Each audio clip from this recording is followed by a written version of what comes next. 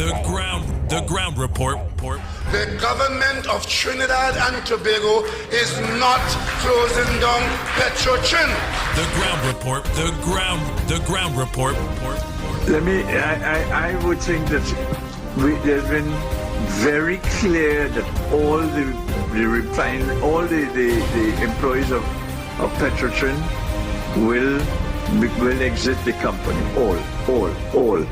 The ground report with Andy Williams and Lennox Smith.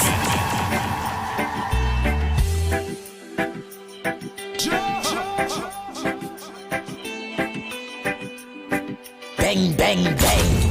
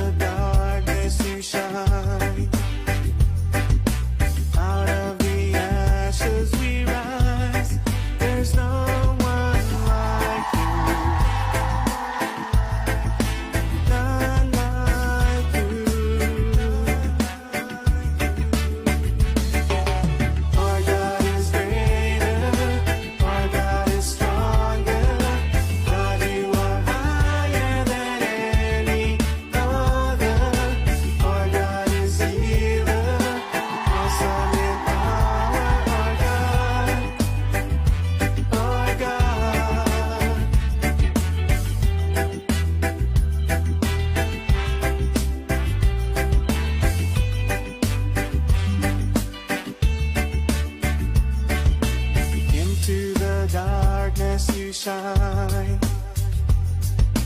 Out of the ashes we rise. There's no one like you. None like you. Our God is greater. Our God is stronger. God, you are higher than any other. Our God is healer. Awesome in power. Our God. Our God. Our God is greater. Our God is stronger. God, you are higher than any other. Our God is healer. Awesome in power. Our God. Our God.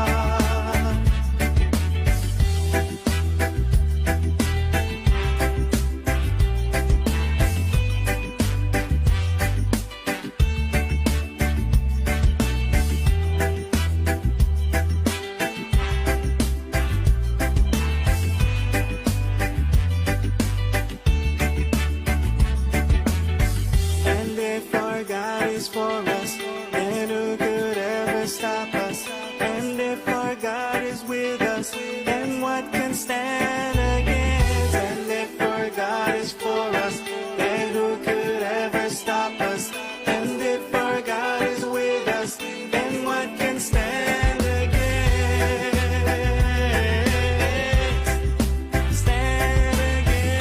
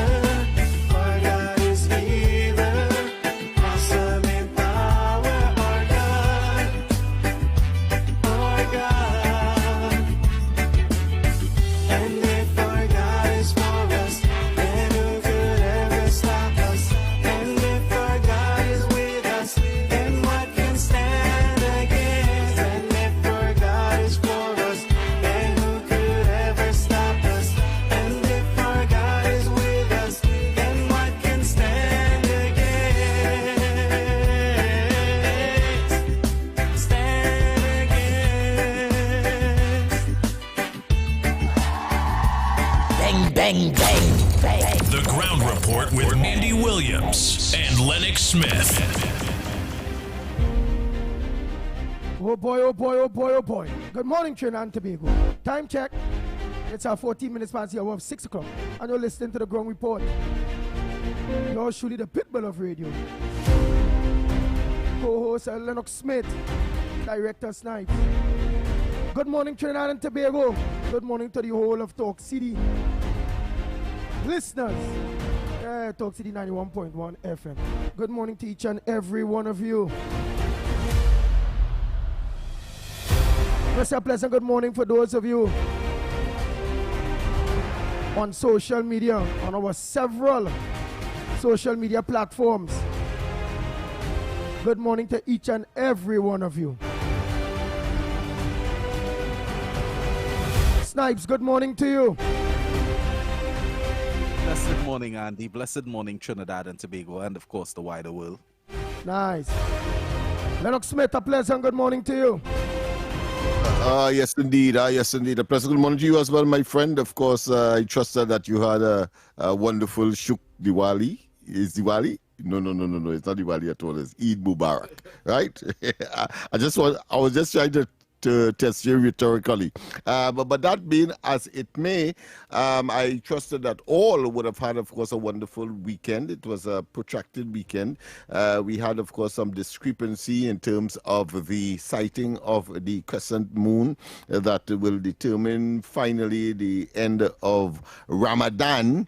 And I think all is well eventually. So we had, of course, two for the price of one, so to speak. We had a holiday on Friday and one on Saturday, even though, of course, Saturday would normally be a kind of quasi-holiday, if you want to call it that. And that is to say, as part of the normal weekend experience. So, but that being as it may, several things have happened nonetheless, quite a number of things. The information about the reopening of the oil refinery, and we have been given some specific dates, and I'm surprised that they're talking about partially at the end of this year, which of course is something that I'm sure the southern quadrant, I would like to call it, of the country would really welcome, having regard, of course, to the huge unemployment created as a consequence of that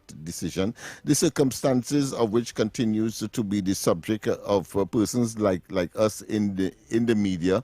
Who talk about the oil refinery? Have questions. Who talk about the oil refinery? Of course, the minister of energy. With respect to that and all of the right. What was the information players. It opening when? Well, it will open at the end of this year. At the end of this year, and there are several players, including, of course, the in an advisory capacity, the National Oil Company of India, and in the process, I think the OWTU has submitted another bid that clearly would be taken into consideration. I say would be not from a I don't think it could. One local right now, one OWTU and them, they have no money. They admitted recently, I see news thing where they have no money. How they went indebted with all the trials and bidding for the same thing, how they indebted. It doesn't mean that they don't have the capacity to manage. It doesn't mean that. So it could not be for a different ownership. arrangement. You're talking about management. Not to own. That's right. I'm saying they have put in a different another bid. So obviously, if there is a cash flow issue or financial paucity, it means therefore, and they have seen it fit to decide to put in a bid, and then the bid has to be of a different nature. Of course, I don't have the details except that they have, of course, put in a bid, and I would assume it's more for management and administrative and operational. In terms of actual takeover, well, I know that the finance will be coming from several interest groups, including, of course, some coming out, or one or two coming out from the United States. So let's see how that pans out. But I think it is generally good news for the southern quadrant of Trinidad and Tobago, having regard to. But what was the information that Dr. Munilal gave? Could you send that clip in exactly the information that he gave to the people of Trinidad and Tobago instead of we paraphrasing? Because I want to hear from him what? I want to feel him. You heard that? I will direct you to the information. I think it is on the is in the Guardian. So check in the Guardian, and you should be getting an appreciation there. Because I normally these days don't walk with the information. It's exciting. It's very, very exciting. It's very exciting. I know you're really going to be paraphrasing right now, but it's very that real good news. And before the end of the year. And just let me. I found the article here. Yes, it is in the Guardian. Refinery restart talks spark excitement, hope in South Trinidad. So of course that by itself, and if I was a Sardinian, I would have felt that way as well. And of course, the first paragraph says that residents of Marbella are eagerly anticipating the reopening of the Point-of-Peer refinery as the government advances talks with a slate of international and regional investors, raising cautious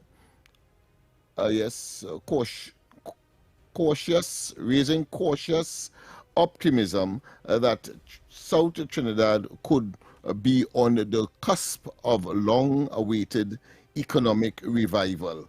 Right, so that speaks for itself. And maybe in terms of the players, let me just skip and see if I can get into play there. Speaking to the Sunday Guardian, right, the Energy Minister, Dr. Munilal, of course, revealed negotiations are underway with several major players, including Chevron of the United States, the National China Offshore Oil Corporation, Nigeria-based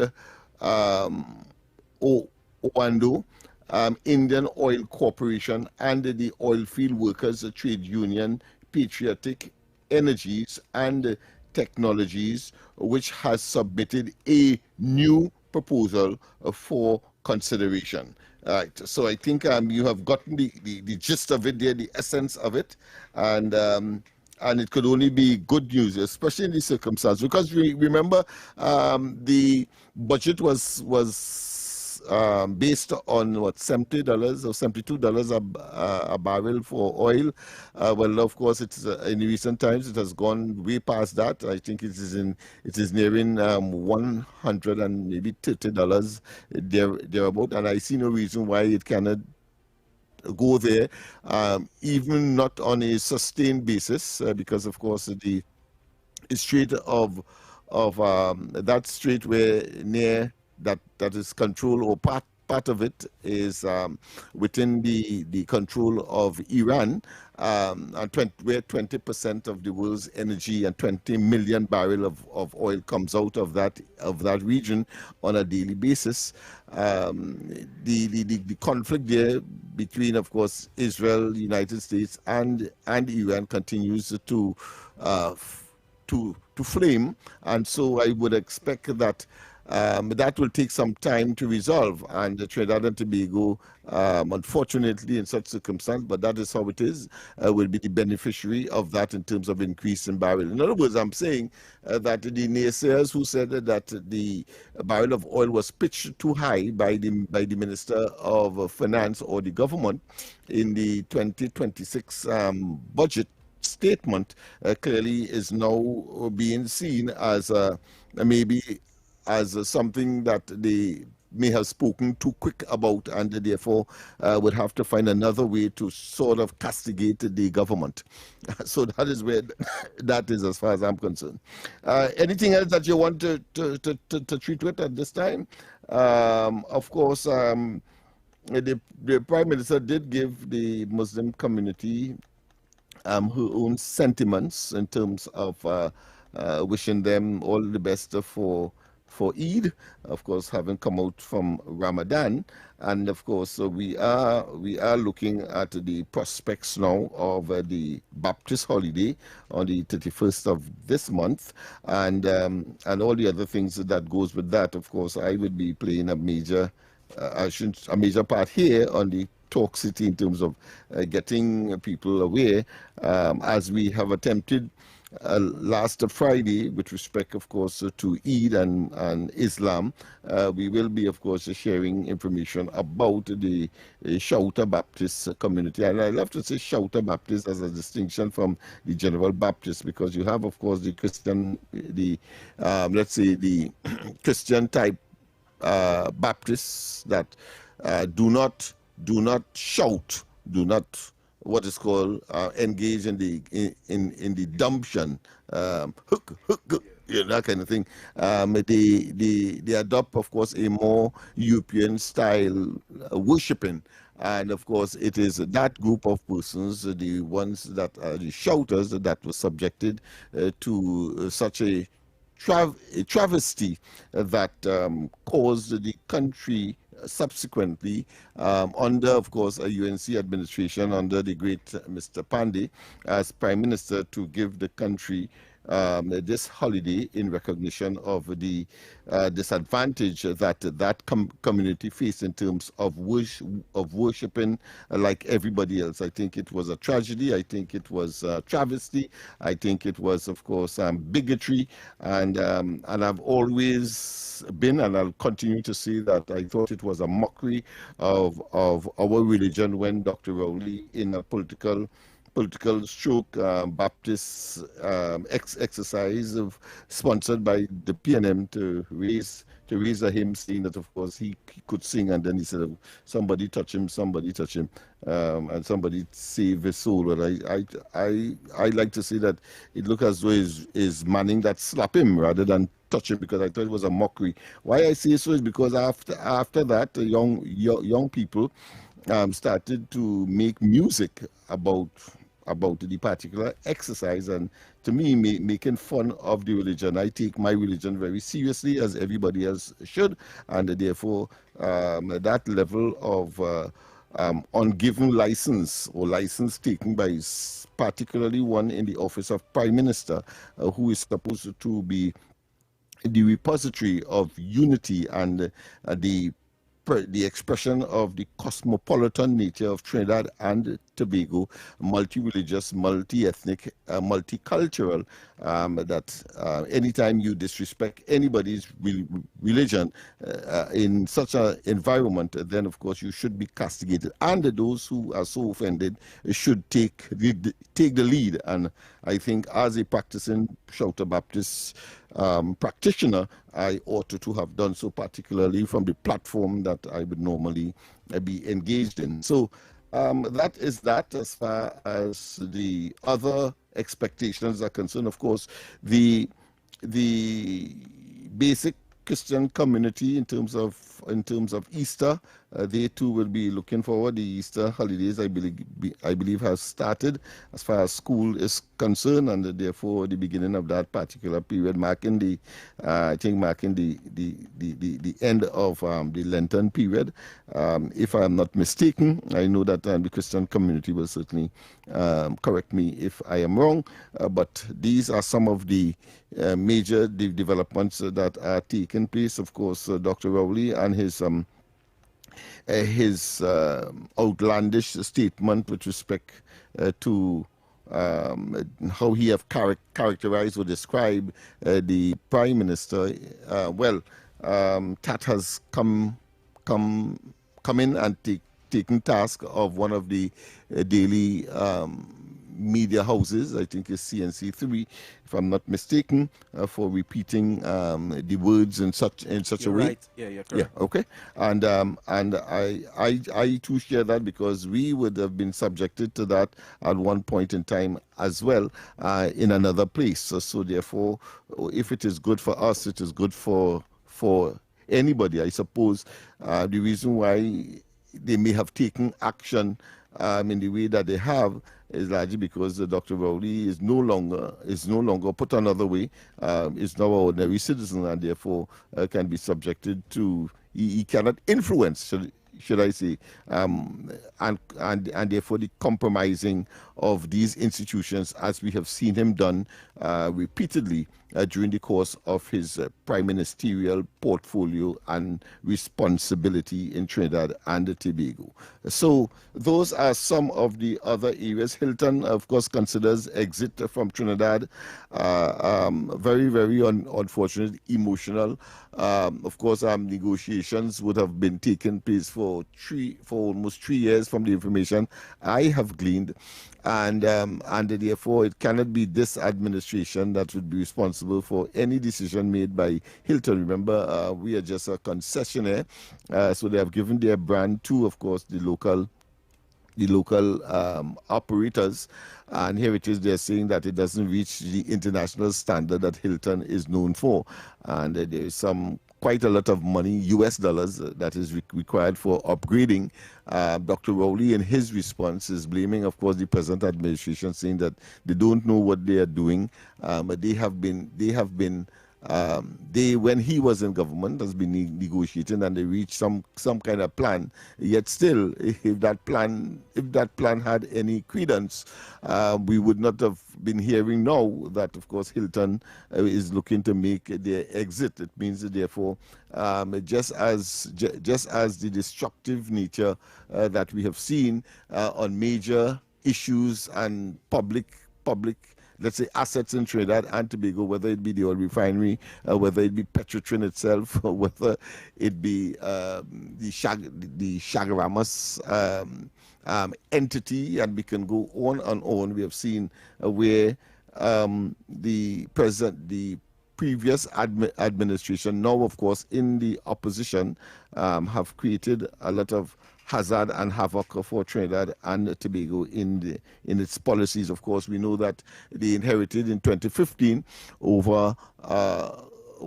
10 billion and counting US in reserve, and by the time they left office, it was vacillating around 4 billion. In fact, I understand the latest is that the reserve is now about 4.6 billion. So thus, of course, the difficulty in getting foreign exchange in Trinidad and Tobago for business, for leisure, for simply going abroad, maybe for medical purposes, etc. It's extremely difficult to get a foreign exchange at this point in time. But for fate as it is, having regard to the geopolitical circumstances, the coffers will certainly, as the night follows day, with a high degree of certainty, will certainly be replenished.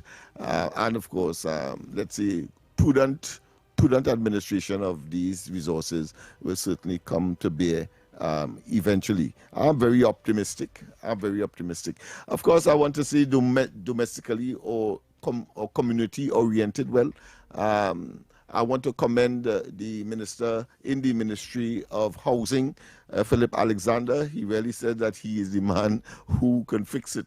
Well, the following day after I communicated with him, he came the following day. And then we visited, of course, the sewer and other structural issues of several buildings in the East Port of Spain, to be more specific, George and Nelson Street areas. And the next day he came with a team all dressed in their, to identify or to make certain that we know who they are, dressed in their HGC uniforms, structural engineers, as well as those who may be engaged in the maintenance from HGC perspective. All of them were there. Assessments were made, and of course a work plan will now be in place, in addition to, of course, the possibility of contracts for the immediate community, employment for the immediate community. We have planned that we'll have a registration exercise specific for the general area of East Port of Spain. We have identified the venue. All we have to flesh out is the date and the time to, of course, invite and make certain that we identify the jobs, whether it be in the private sector or whether it be in the government sector, and more specifically as AGC actually is physically housed in close proximity to East Port of Spain, or in fact in East Port of Spain I should say, because it's right on South Key, the head offices, but they have several sub-offices spread among the various housing developments in East Port of Spain, and therefore one expects that should be a smooth exercise, but more importantly immediate and significant for employment generation, because God knows in this concrete jungle that is East Port of Spain, you need employment, you need money in order to survive. I've always said that Port of Spain, East Port of Spain, Laventil, Beetham and so on is not like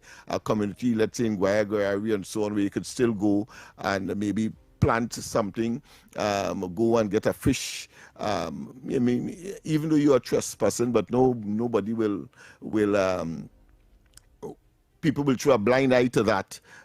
If you go and pick a mango, etc. You don't have that in this concrete jungle course called East Port of Spain, Laventil, Beetham, and therefore you require money in your pockets in order to survive. And I think that, to me, is the most salient understanding, because there are those who are of the view that you can, because of the social conditions, crime, gangs, borderline issues, etc., you can simply put police there, put law enforcement there, and things will be honky-dory. No. We have always said that this is a multifaceted, multidimensional problem, and that it is only the community, those persons who reside there with, of course, the prowess, the concern, the ability, will be able to on a sustained basis address this scourge that, of course, is what we like to say on this program, blue-collar crime in particular. And therefore, it is refreshing that initiatives are being taken with respect to that. I see that the Ministry of Works, led by not Senator, but Represent Jillian John, Minister of Works, they're now talking about the repairing of pavements and so on, which of course is part of the infrastructure that has been neglected and deteriorated in these developed and should I say densely populated areas. I see that the Minister of Public Utilities as well, Mr. Pararat, has announced the repairs and the refurbishing of light poles, etc., and electrification of various areas. So that is very optimistic. That to me is optimism galore. Plus, of course, the improvement or looking at the water distribution system and the repair and or replacement of aging infrastructure, including, of course, pipes and other associated issues that prevent people from getting water on a timely basis and on a daily basis. So, yes, Andy, there is where we are. Of course, we will go for a break. We have to go for the break.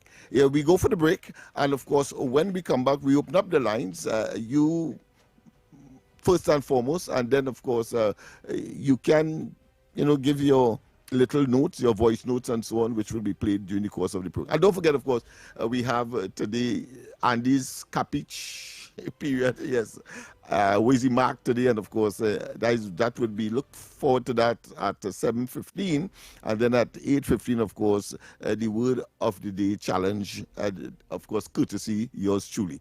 We go for the break, and when we come back, more on this edition of the Ground Report. Talk City 91.1. Thought-provoking conversations, bold perspectives, voices you trust. Talk City 91.1. Bigger, bolder, and more powerful than ever before. Yes, Talk City 91.1 FM. A brand new era of talk radio is here. With voices you know, trust, and respect. Get ready for an all-new lineup of the very best in talk. Andy Williams, Lennox Smith, Stephen Reese, Mr. X, Derek Charbodi, Roland Stewart, Sharon Farfan, Sudath Prasad, Heavy Duty, Alex Asing, Karen Francisco, Cherry-Leen Lewis, Short Pants, and more of the voices shaping the national conversation. From hard-hitting current affairs to real community issues, culture, politics, social development, and the stories that matter most to you. This is where Trinidad and Tobago comes to talk. It's all good right here on Talk City 91.1, where we're going to give you something new, something hot every day, Monday to Friday. Listen on 91.1 FM and connect on Facebook, YouTube, and TikTok. Talk City 91.1. Your city, your voice. When it matters, we're there, reporting the news as it happens, because your world can't wait. TTT News, nightly at 7. TTT News, committed, accurate, relevant. You can listen on Talk City 91.1 FM and stay connected on Facebook, YouTube, and TikTok, wherever you are. Believe in, believe in, believe in. Believe in yourself, in yourself, in yourself. Wake up to the issues that matter most on the Ground Report. Join Andy Williams and Lennox Smith every morning from 6 to 9 a.m. for real talk, real analysis, and real perspectives on the stories shaping our nation. News, current affairs, and voices from the ground, unfiltered and unapologetic. That's the Ground Report. Weekday mornings on Talk City 91.1, where the conversation begins. This is Destra, and you're listening to the Ground Report on Talk City. Keep it locked. Bang, bang, bang, bang, bang, bang, bang, bang, bang, bang.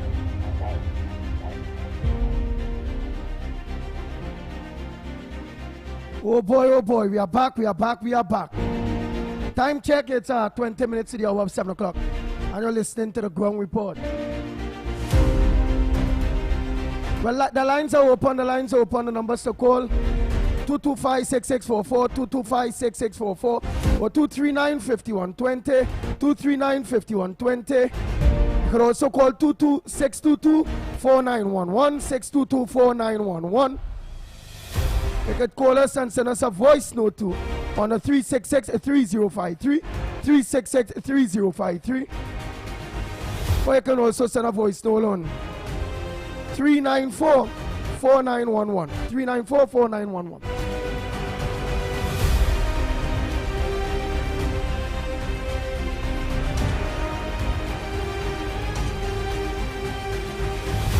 Go ahead, caller. Pleasant good morning to you. Good morning, Andy. Good morning, Trinidad and Tobago. Good morning, Mr. Lennox. Good morning to my TK, wherever you may be. Director Snipes, good morning. Good morning to you as well, my friend. I want to say reporters, man. Good morning. Good morning to all who listening outside on the World Wide Web and here right here in Trinidad and Tobago. So long I haven't been on the Ground Report, but it's nice to hear my voice again. Lennox, I would like you to give me a call, or will you send your number for me, please? You know, I'll give Andy my number to get. This thing very important, you know, Lennox, and it's only you can deal with it. That's why I want to speak to you, Rabbi. All right. Well, I have no difficulty in giving it on air, 337-6940. I think it's the same number that you may have lost. 337-6940. Yeah. Mm-hmm. I try calling you sometime as well, but you seem to have a problem too, so I don't know if it's my side or your side, but we'll see how that works out. So we know that we owing each other a call.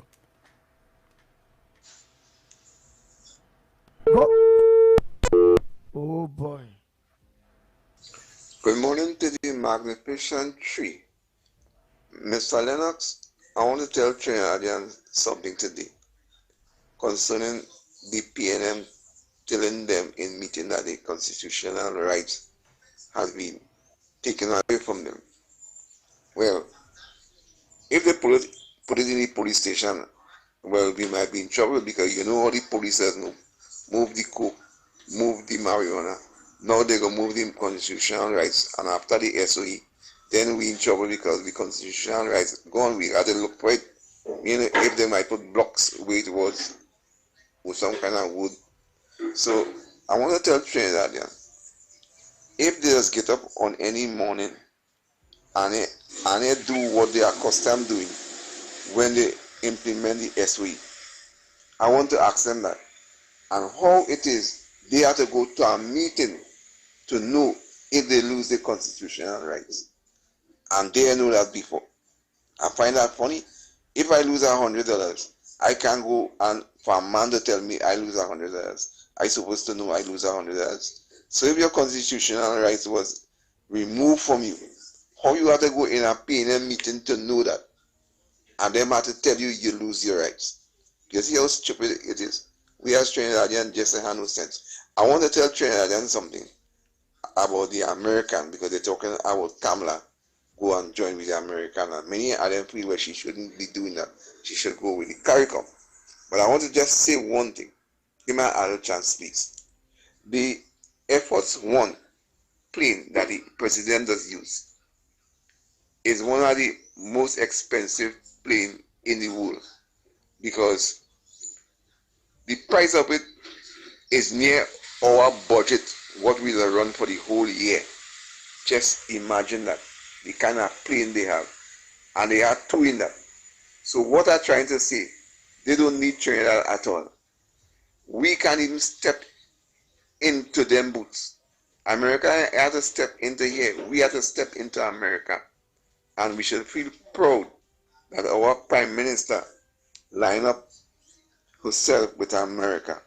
The effort one is a flying White House, right? That have even medical bed and things for stroke and operation. If something happen, it happens to treat 2,000 guests and all kind of thing, right? If they even give you one free, we wouldn't be able to even maintain it, because that costing about $175,000 a day in our money to run it. So I just show you how we need America. America do need us, and we must understand that. I have more to stay, but I want to stay too long. Plenty more. Thank you. Pleasant good morning, Mikey, Lennox, and Andy.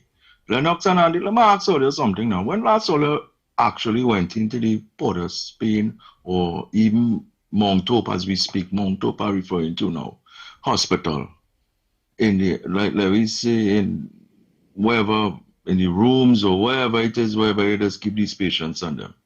When last Oliver went in there and observed what is really going on inside of there, boy. Boy, it have people inside of there real suffering, you know, boy. Imagine you had to take tablet and swallow just so, no water. They just bring a little kind of canal water self for you to drink. Nothing. You understand? You're sleeping, you're lying down on just bare mattress alone or sponge or whatever it is, just be sleeping on them kind of. You know, people sleeping on 2 days, 3 days on a chair, boy, waiting for a bed. You understand? So I don't know if the authorities and them could start going and do a site visit like what, you know, some of these ministers do, you know, just bounce in and see what's going on. You know, then just sitting down in the office there, and then all they're just dealing with is just workers want more pay and all them things. Go in there and see. You understand? So I just kind of a little annoyed with that, because you know, 1 or 2 people who I know very well was inside there, and the experiences say, well, boy, if that's hell, they want to go to hell at all. Now they will stay outside, you know, they want to go in there, boy. That's worse than hell, they say. You know, so they will just, let me prove them wrong now. Let me see if we can fix this thing. So the authorities and them, you know, the Minister of Health, you know, do a site visit now, man. Go into these certain areas and just walk in. Don't let nobody know you're coming, and just do what you gotta do. All right? All right. Blessings, everyone. Good morning again. Last call before we go for that break and come back. Go ahead, caller. Morning. Good morning, Andy. Lennox Smith, Director. Well, and Mighty K, wherever Mighty K is. And to all the sensible listeners of the children as well, too. Lennox Smith, when I come to them, dilapidated, eroded apartments and Duncan, even the pension quarters and the Beatum, Nelson Street and these places, the AGC workers taking a walk there, they continue to do the same thing. If they're playing down my pension card, if they're playing cards, the lining right now, thiefing out whether it's pipe, doors, name it, every wrong they're doing, when they should be attending. I have children and all. I live on Duncan Street. And you complain to AGC, and I will rather call Mr. Khan, because you're very genuine, Mr. Let me say morning to you, people like Dr. Munilal, Jelin John, and tell the time for the crying done. You want to get under the law saying nothing, just crying thing. And Andy, we need, as the last caller for this time here, you see bread and butter issues. We don't want to hear about here, force one. This is the ground report. We need to know what's going on the ground. It's pressure on the ground. Right? We need to talk about employment and have a lot of means and ways for employment. A lot of CPEP workers still home. A majority of the ghost workers, we don't call it URP, we have them to study. But they still have genuine workers home.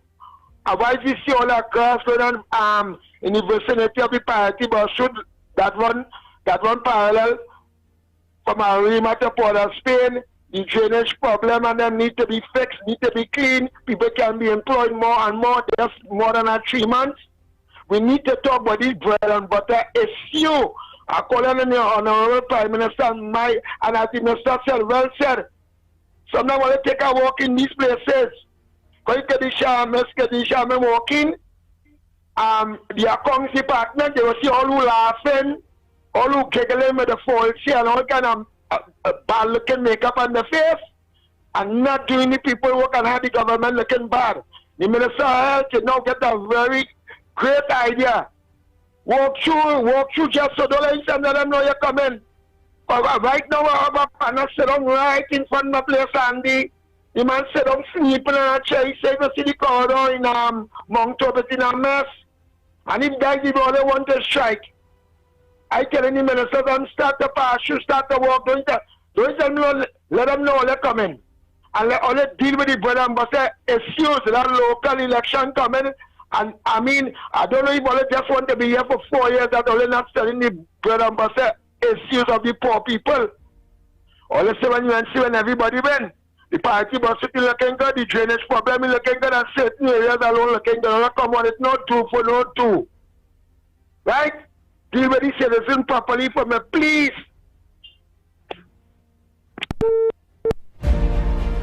We take a break and come back. When we come back, more right here on the Gong Report. We'll be back. But Johnny, how come your house is twice the size of mine, but my bill is twice the cost of yours? Johnny, what's going on, boy? How your bill so low? How your bill so low? I'm conserving energy, I switch your LED, at the stun of the AC, and I'm saving real money. It's our responsibility for a brighter TNT. Cut the waste and you would see. Why everybody asking me? They asking how you been so low? How you been so low? TN Tech, powering the nation into the next generation. Your news, anytime, anywhere. TTT News brings you the facts that matter most. On air and online. More ways to stay informed. TTT News covers the stories that matter. Join us nightly at 7. TTT News. Committed, accurate, relevant. Hard questions, honest answers, real conversations from the ground up.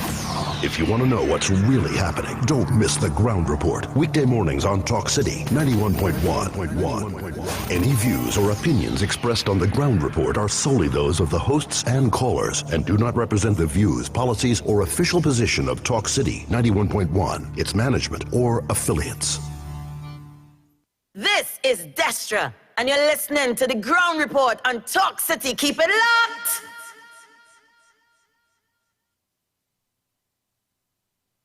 Oh boy, we are back.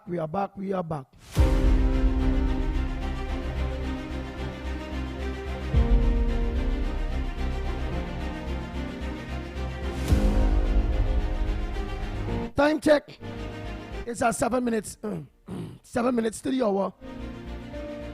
7 o'clock till 7 o'clock. And you're listening to the Ground Report right here on Talk City.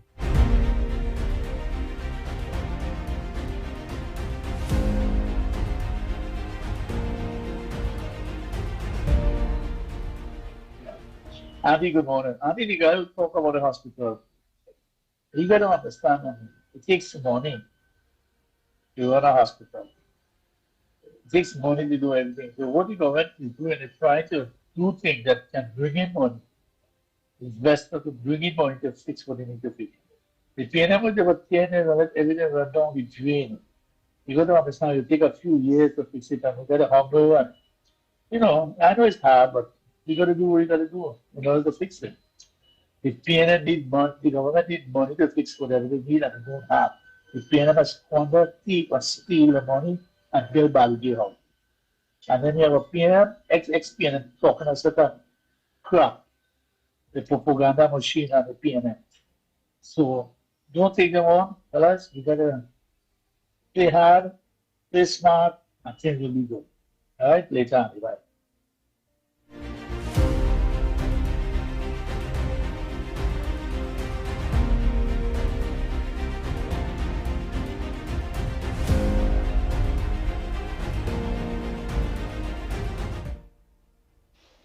Good morning, Andy. After removing the radar in Tobago, I want Prime Minister Kamala to put Marcia, the Mako, to be the new radar system in TNT because she knows everything about what's going on in and outside Parliament, and she knows more about crime than the TTPS right now.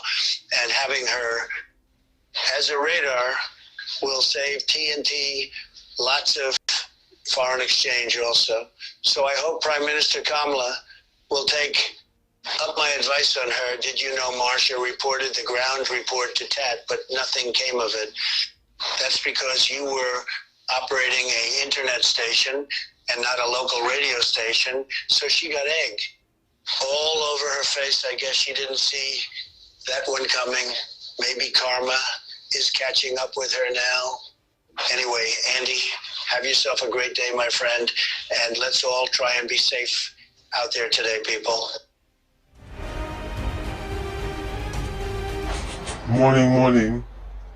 So here we are in the land of Trinidad and Tobago, where the government has made 1 year in office and nothing has happened so far. The roads are in a deplorable state. They're mashing up people's cars, their wheels falling off when they go down in potholes, their light bulbs blowing when they fall in depressions. Several communities cannot get water for weeks. The place is very untidy. There's a lot of garbage pile up in the cities, residential areas. Grass is not being cut. As a matter of fact, the grass is so tall that it is blocking half of the pavements in several areas. People cannot negotiate around corners. And above all, the public transportation service is in tatters. 1 year, 1 whole year in office, and we still cannot get a proper bus service from San Fernando to Port of Spain. I tell you, when Manning was in power, that used to run every half an hour. Every half an hour, you could have go down to the wharf in San Fernando and get a bus to go Port of Spain.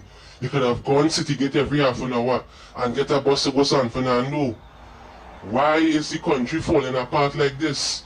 Jack Warner, who is a viable asset, has been sidelined and thrown into the bushes. Right? Jack Warner is a man that could bring a lot of talent to the country, and he's just not being used. Instead, this morning, numerous cancellation about services in San Fernando, right? But you're making sure the UE service run. Why? Why all you have to be punishing people like this? All they claim all was better than the PNM. And the PNM, right, though inept and incompetent and woefully inadequate, still perform better than what we have now. Why we can't get a bus to go Port of Spain, right, every day so? You're taking all the buses in San Fernando and sending them UE and inconveniencing people. That is not what we asked for. And I want the Prime Minister to know, the Minister of Transport is taking all the buses in San Fernando and sending them to UE. And people cannot get bus to go Port of Spain. So what happened? UE is the only service in the country? All they can be doing, people them evil boy. This nonsense has to stop. I listened to several activists on social media, activists who was on the UNC side and cross over to PNM, right? They're saying, right, they're going to influence people to vote out the government in the local elections next year because of how they were ill-treated, sidelined, marginalized, and used. So, Andy, tell the government that you influence people to vote for. It needs to do better. It is not serving the public. Thank you very much. We go for the 7 o'clock news. Trinidad and Tobago and come back. When we come back, more right here on the Ground Report. We'll be back.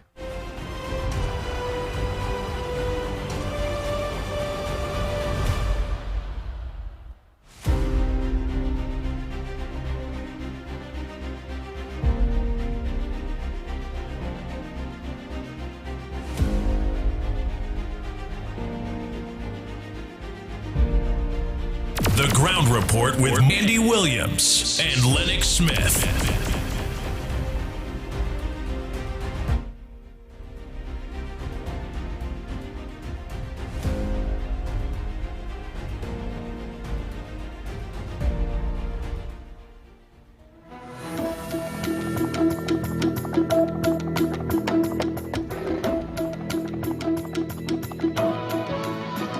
Good morning, this is your TTT News Update. I'm Carrie Roberts. Making the news at this time.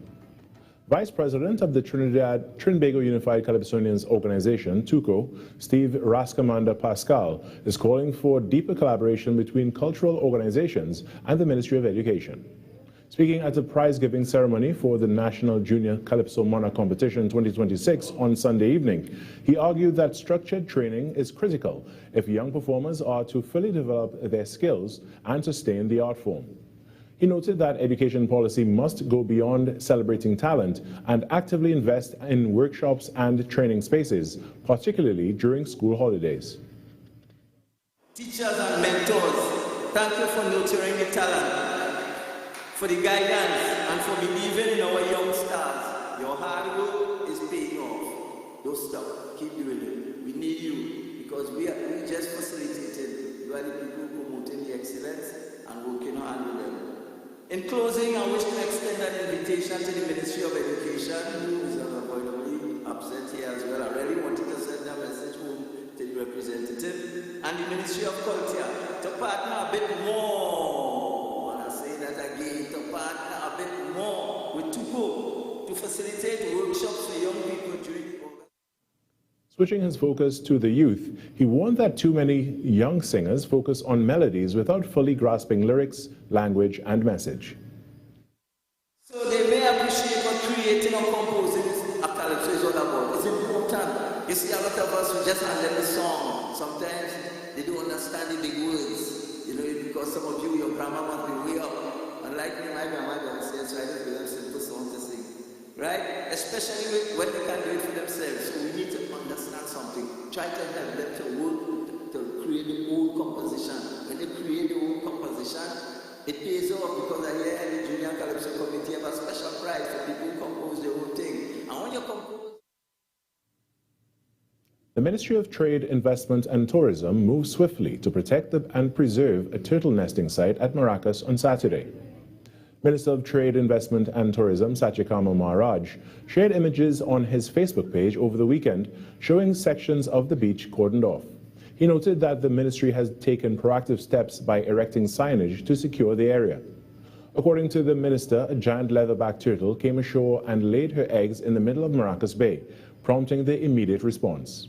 Trinidad and Tobago's annual sea turtle nesting season runs from March 1st to August 31st, a critical period for conservation efforts island-wide.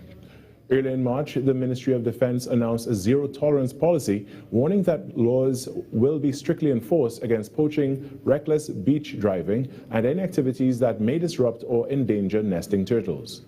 Authorities are reminding the public that harming sea turtles carries serious penalties, including fines of up to $100,000 and a possible 2-year prison sentence. In other news, Trinidad and Tobago has reached a significant environmental milestone, achieving a 78% phase-out of ozone-depleting HCFCs as the country moves steadily toward a 97.5% reduction by the end of 2027. The announcement was made by the Environmental Policy and Planning Division of the Ministry of Planning, Economic Affairs and Development, which said the country remains firmly on track under its commitments to the Montreal Protocol on Environmental and International Environmental Treaty. Since acceding to the protocol in 1989, Trinidad and Tobago has emerged as a regional leader, becoming the first Caribbean country to ratify every amendment. The country fully eliminated chlorofluorocarbons in 2008, once widely used in refrigeration, air conditioning, and aerosols. Minister of Planning, Economic Affairs and Development, Dr. Kennedy Swarat Singh, who also has responsibility for the environment, emphasized the benefits of government's commitment to environmental protection and management. In sport now, the title of football supremacy will be decided on the final day of competition in the TT Premier Football League after leaders Defence Force FC and second-place club Sando FC won big on the weekend. Defence Force triumphed 6-0 against FC Eagles, while Sando hammered Caledonia AIA 5-0 to leave the top two separated by only 1 point. The final match day for both teams will be on Saturday in a doubleheader at the Hazley Crawford Stadium, Port of Spain, with Club Sando taking on FC Eagles at 6 p.m. and Defence Force with a tough encounter against AC Port of Spain at 8 p.m. The battle for third and place in the CONCACAF Caribbean Shield is also close, with Prison Service FC 2 points ahead of fourth place Miscellaneous Police FC, but the lawmen have a game in hand which will be played on April 6, making it a tense couple of weeks for prisons. And that's what's making the news at this time, but after the break we return to Trinidad and Tobago today.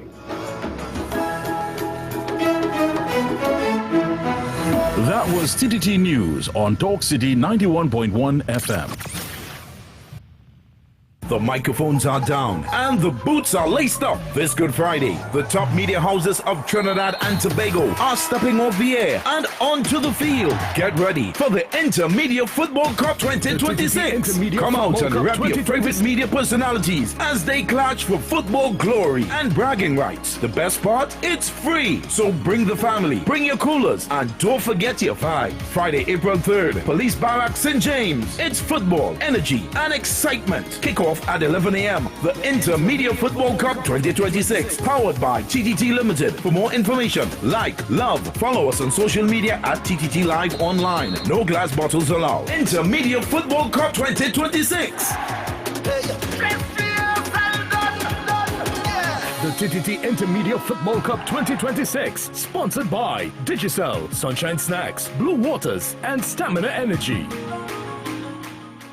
Any views or opinions expressed on the Ground Report are solely those of the hosts and callers and do not represent the views, policies, or official position of Talk City 91.1, its management, or affiliates. This is Destra, and right now you're listening to Talk City 91.1. Keep it locked.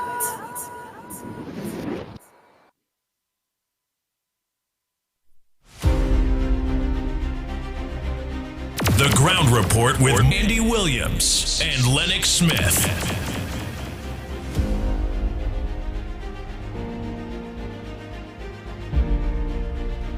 Oh boy, oh boy, oh boy. We are back, we are back, we are back. Time check is 7 minutes past the hour of 7 o'clock. And you're listening to the Ground Report on Talk City 91.1 FM.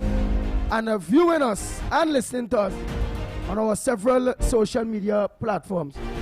Don't forget at 7:15, is the mark of the day. There's the playwhe marks of the day, where 4 people will call and give your marks, and I will just give the capiche mark, the lanyard. So far, every day so far, for the marks that we call on the various days, we catch one. And that's very good. So the lines are open. What's on your front burner? What's supposed to make news that not making news? Good morning, Trinidad and Tobago. Go ahead, caller. Good morning, Andy Lennox. Director, this is Diego Martin inside. KCR, I want to focus on him. He is a wounded, caged person. And you know when a wounded person is caged, they lash out. Psychologically, he is wounded badly. And let me connect the dots.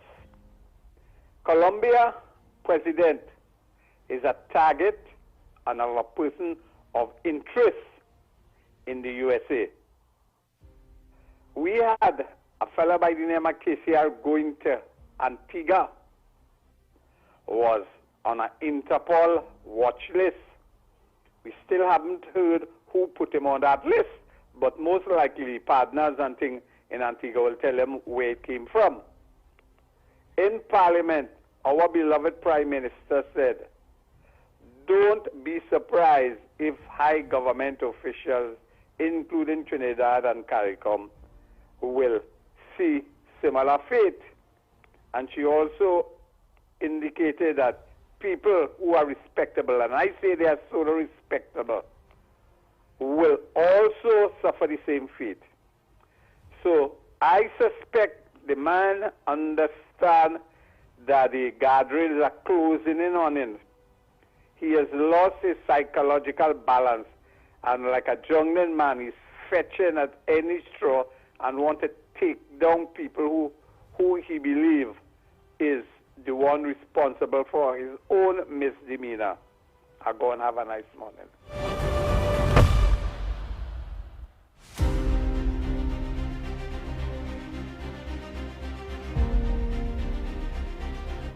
Pleasant morning to the ground report. Andy Williams, the Pitbull of Radio, Lennox Smith. And mighty crew, wherever you are, thanks to Almighty God for bringing you back out this morning and for protecting your entire family, your children, your wife, your surroundings, and all the supporters. All the supporters support you and the government. You all have a blessed and wonderful day. And God continues to bless you all each and every day in your life.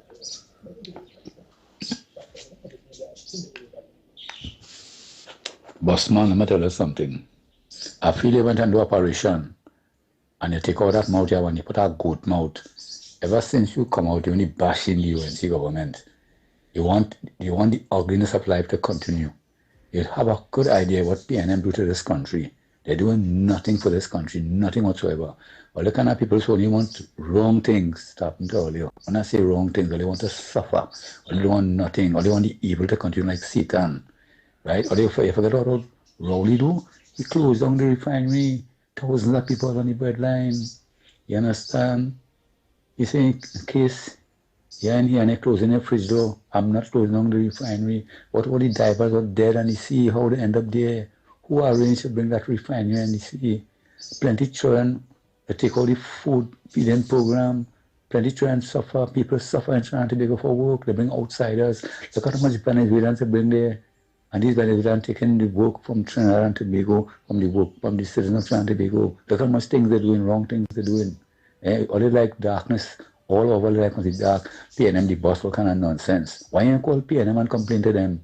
Call PNM and all the opposition, Penny and Rowley and bash them, call them and talk to them.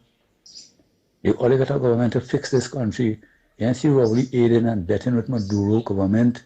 See all of them inside here connected to Maduro. Maduro is even staying here and all they want darkness, but you want to continue suffering all the rest of their life. You're like a slave. You're a slave according to the PNM master, wicked PNM to come back in power. Who puts on what PNM UNC? Yeah, you see, every time you open your mouth, it's bust this, bust that, bust the other. People suffering. But who tell you any MP going against the UNC? Well, if you have nothing to do when the day come, once you get some old paint and paint the old buses sleeping, the abandoned buses sleeping in. We're talking nonsense every day. This is not a station for you to bash the government, you know. All the kind of people who want to suffer until they're dead, all they want nothing. Children can get surgery. There was a man who called himself a doctor and never paid the suppliers for the medicine.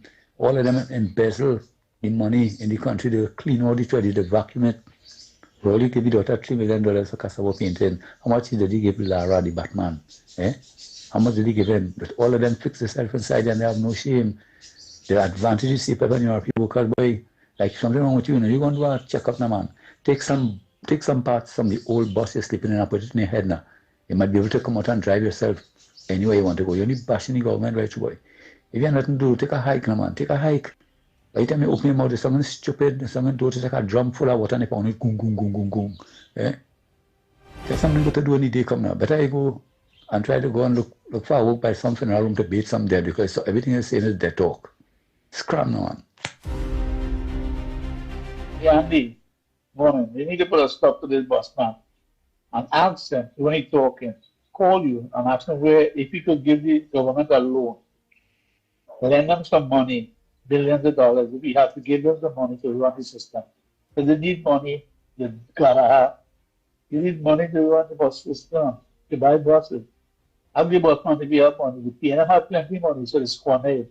And if you not fix the system, you want a man to fix the system without any money. What a fool.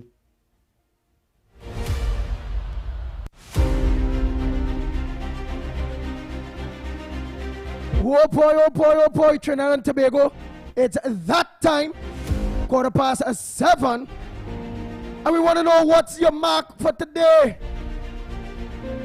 Yes. What do you dream? We had a long holiday. First they say Friday was the holiday. Then they say they didn't see the moon. The holiday is this Saturday. Man, it was a long weekend. What is the capiche?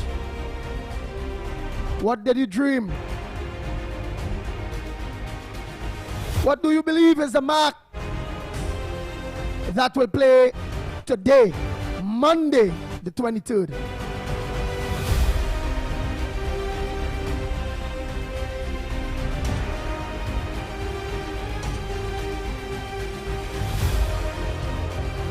Oh boy, Snipey, the last occasion, what was the numbers that was given? So on the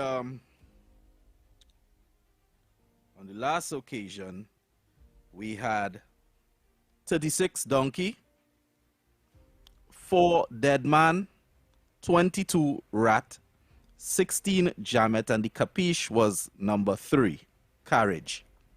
Wow. And what played that on that day? I don't have the results, but I have the marks that were given on the show on that day. Nice. I'll go look for it online by the meanwhile. Oh boy. So Trinidad and Tobago. The lines are open. I hope you all are taking the capiche, playing those marks, because so far we have had a winner every day. A winning mark every day so far.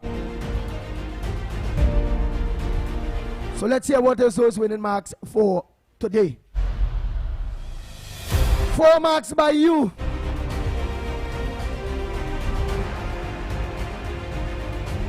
1 marks by yours truly, the pitbull of radio, which is the lanyard mark.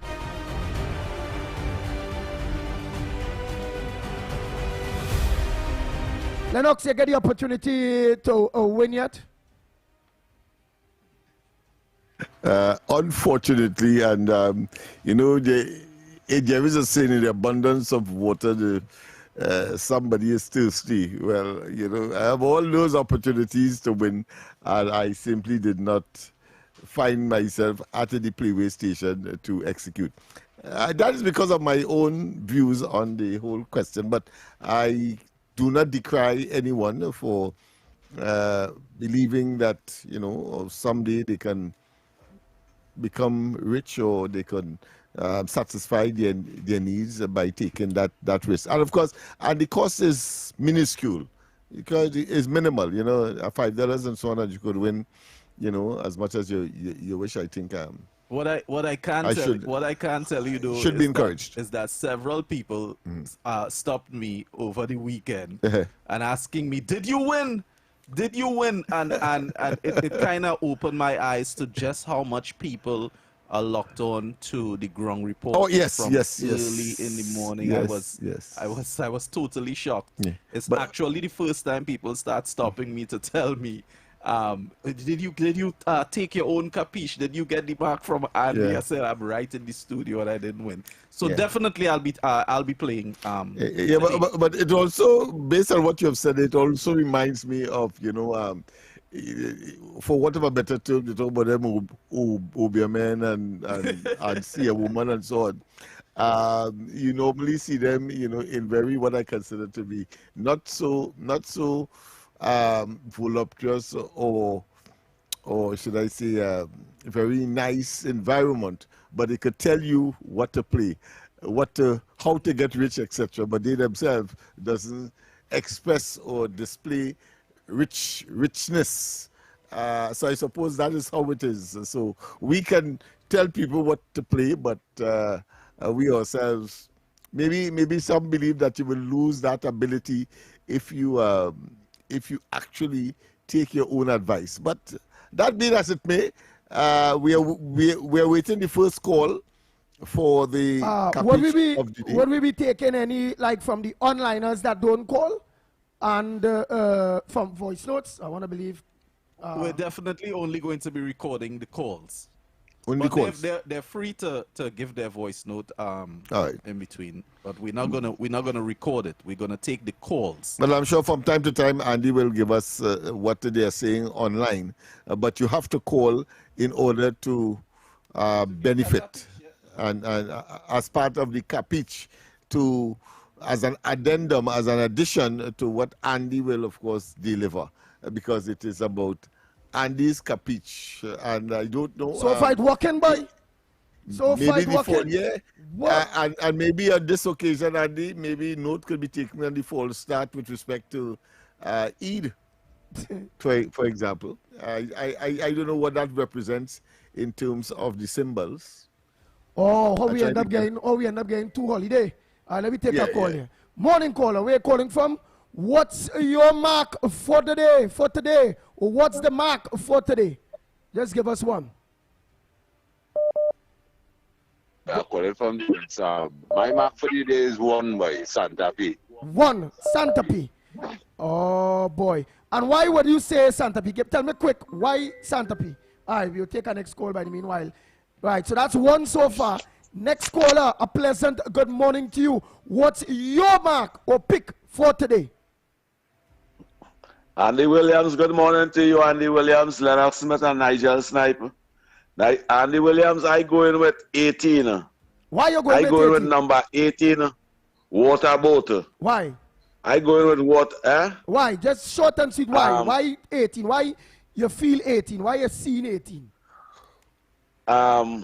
Because after here, Andy Williams hit the jackpot whole week. I said, now that amount of money, you can build a water boat. You can build a water bottle, that's a water money over there.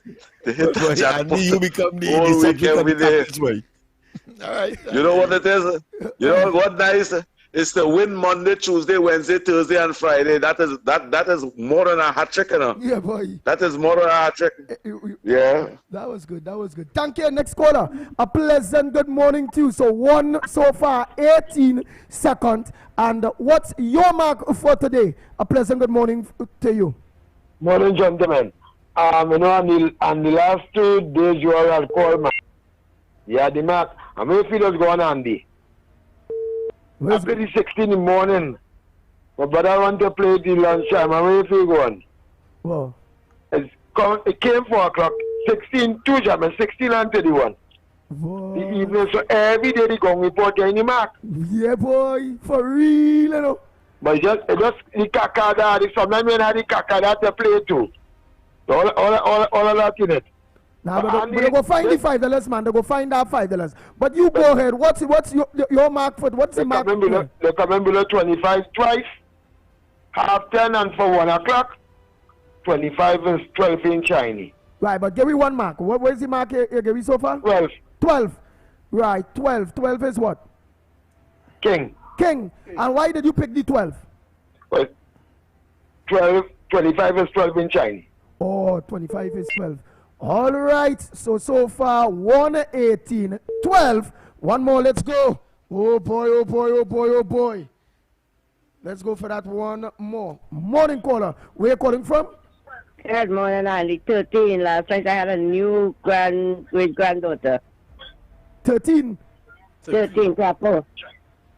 So why you playing cheap for that? Girl child, Crapo. Oh, girl child is Crapo? Yeah. Yes. All right.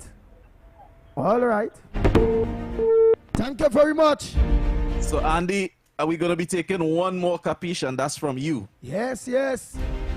And knowing the whole time we have been winning, every day so far since we started this, we had a winning number.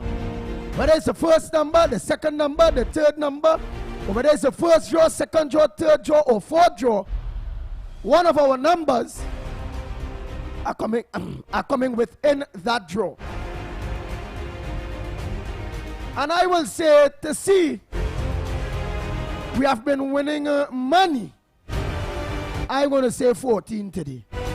I mean, all that money that have been winning, whole week we have been winning what? They say 14 is money. I'm going to say that next one is money. Yeah, 14, man, money. Yeah. So that's it, Snipes. What's those marks? Oh boy. So guys, I hope you're recording at home. Coming in today, your capiche for the day. We have 1 centipede, 18 water boat, 12 king, 13 crapo, girl child, as they say, and of course the capiche coming in from Andy today is 14 money. Yes. Good luck to everyone on the outside with the kind compliments of the NLCB. Nice. Oh boy, well now let me go online and see all who think with online day. Primrad say, guys play number 0. Zandu say, hey, 1 and 29. That is Zandu. So let me see, we go see one of we people that say 2, you know. But there's only 4 we could take and 1 cap each, man. Some Joe Moses say Anderson Wilson does play for 37. Andy Williams, and he laugh. I don't know where 37, I think it's up to 36, partner.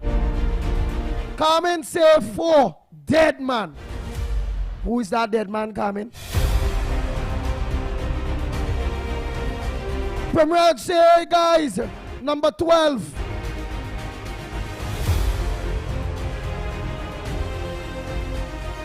Hey, Asim Mohammed say, here it is, the mark is a 14. Rafi Nanan, troublemaker. Oh, you know, he said 3 and 25 for Bossman. Suppose that Bossman was really the capiche this morning, boy. And we didn't take it. He said 3 and 25 for Bossman.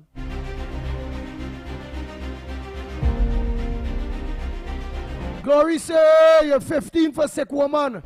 That's Rick. Oh, Rick is a say. LP say love 37. Oh boy. Only that's it, as we say. Thanks so much for participating and making sure every day so far that we have a winner. And if we ain't catch it today, we're gonna catch it tomorrow. But it was nice that we actually caught it every day so far. We didn't play it on the religious holiday. We didn't play that thing on that religious holiday. And I believe we'd catch it on that day too. Anne-Marie Amen, a pleasant good morning. She said 2. Katie Acton say play 11. Wow, all in know the marks, boy. Regent Jamarad say play Big Snake 35. Where's 2? Where's 2 Snipes? That's old lady. Oh, I wonder who she playing for that old man, boy. Oh, Miss Roadbrook. Oh, Miss Santa Cruz. Who is he? No, but you can't call them that. They just get vexed. You have to say senior citizens. Yeah. They say the age is just a number. So those senior citizens, don't say Miss Brook and Santa Cruz old at all. Senior citizens, come, let's go. Good morning, Andy. Good morning, Lennox. Good morning to you. Good morning to Almo. What's your soldiers and them? And what's your my mark this morning, Andy, is 33 for you and Lennox. Because they break a record. Or they work on a holiday too, you know. Where's so 33 is the mark. Where's big money. Oh, big money. Spider. I say congratulations thought 14 the local alone was minister. money. But I said 14 alone was money, so money is 14 or 33. So small money is 14 what? and 33 and 25. Oh. And also 35 is money too. Oh. And then, yeah. I see you're taking the country now or call back? No, that's it. The marks are finished. What's on your front? You see, you don't start ready about if I taking kuchu, meaning you're going and come with kuchu. And that what I mean? Well, I come in with the issues at the end of the day. All right, a front burner? Yeah, front burner. Well, remember your daughter wrong here, your daughter wrong saying daddy, so I hope it's not really kuchu. And it's a very serious front burner with positive vibes that will end up touching you. That positivity will end up touching you the way it touched Anderson Wilson and others. Go ahead. Well, I'm glad for Anderson Wilson, but he get blessings, you know. The pastor pray for him. The pastor was praying for me for the last 9 years plus. And I ain't seeing the press like it. I gotta get a new pastor. You watch church, you go to Andy. You gotta get a new pastor? Yeah, they got a new pastor. Well, I must say congratulations to the local minister. I see that we got a new president or a new prime minister in the making. How? How? You ain't see it? How? We go talk. All right.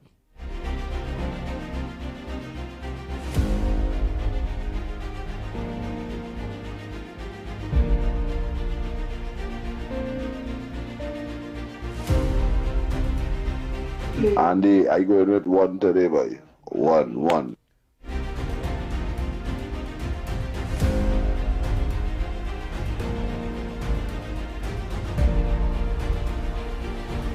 Nice. So Trinidad and Tobago, don't forget the lines are open. What's on your front burner? But here it is. When we come back, more right here on the Gong Report. We'll be back because I have some issues that I would like to raise this morning here.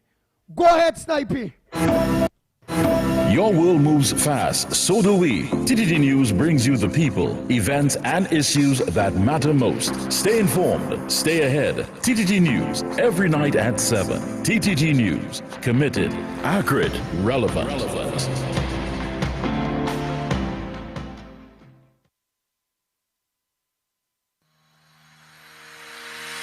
Every morning begins with a story. The headlines you need. The voices you trust. The conversations shaping our nation. Welcome to Trinidad and Tobago Today, where your day starts informed and inspired. News that matters to you. Conversations that spark new ideas. Stories that move Trinidad and Tobago forward. Tune in weekdays, Monday to Friday at 6 a.m. or join the conversation on any smart device at TNT Today Show. Trinidad and Tobago Today. Start here, exclusively on TTT. From road to the radio. Talk City 91.1. This is Destra, and you're listening to the Ground Report on Talk City. Keep it locked.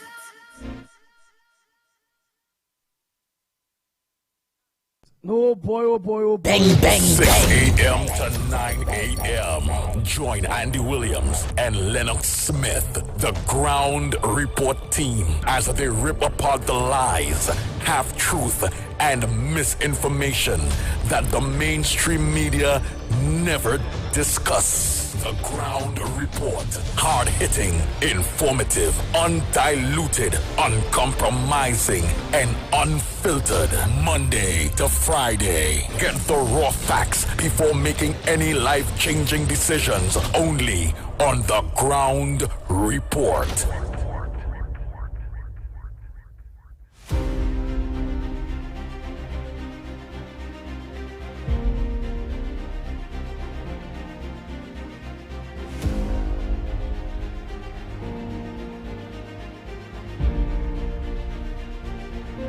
Good morning. Go ahead, caller. Pleasant. Good morning. You wanted to talk to me? No, like you wanted to get on to me. I saw your text. Oh. I saw your text. Oh, So you can always call me. All you right. can always call me back. All right.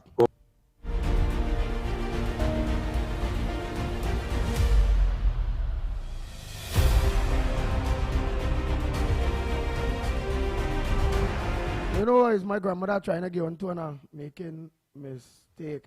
Boy. What I want to talk about, put as one of the frontliners or headliners this morning, Trinidad and Tobago, right, is the Hilton fallout. The Hilton falling out, right? Lennox Smith, what is the all right? Because I did hear you say the falling out have everything to do with the standard in which Hilton Hotel is operating at this point in time, which is not of the standard of Hilton International, where the company, it's like you have a franchise, because it's a franchise we are using, right? So you have a franchise, a Hilton franchise, and the company is saying nowadays you're bringing on my franchise because my franchise in Trinidad and Tobago are not up to par. How long was this problem? And that we can see now Dr. Rowley and Mitchum coming out and talk about it, but putting the direction of the blame in the angle of this present government. What is the scenario with that Hilton thing? And it is very unfortunate that that level of obfuscation, rather than taking on with the responsibility, because this negotiation has been taking place for over 3 years. Let me repeat, over 3 years.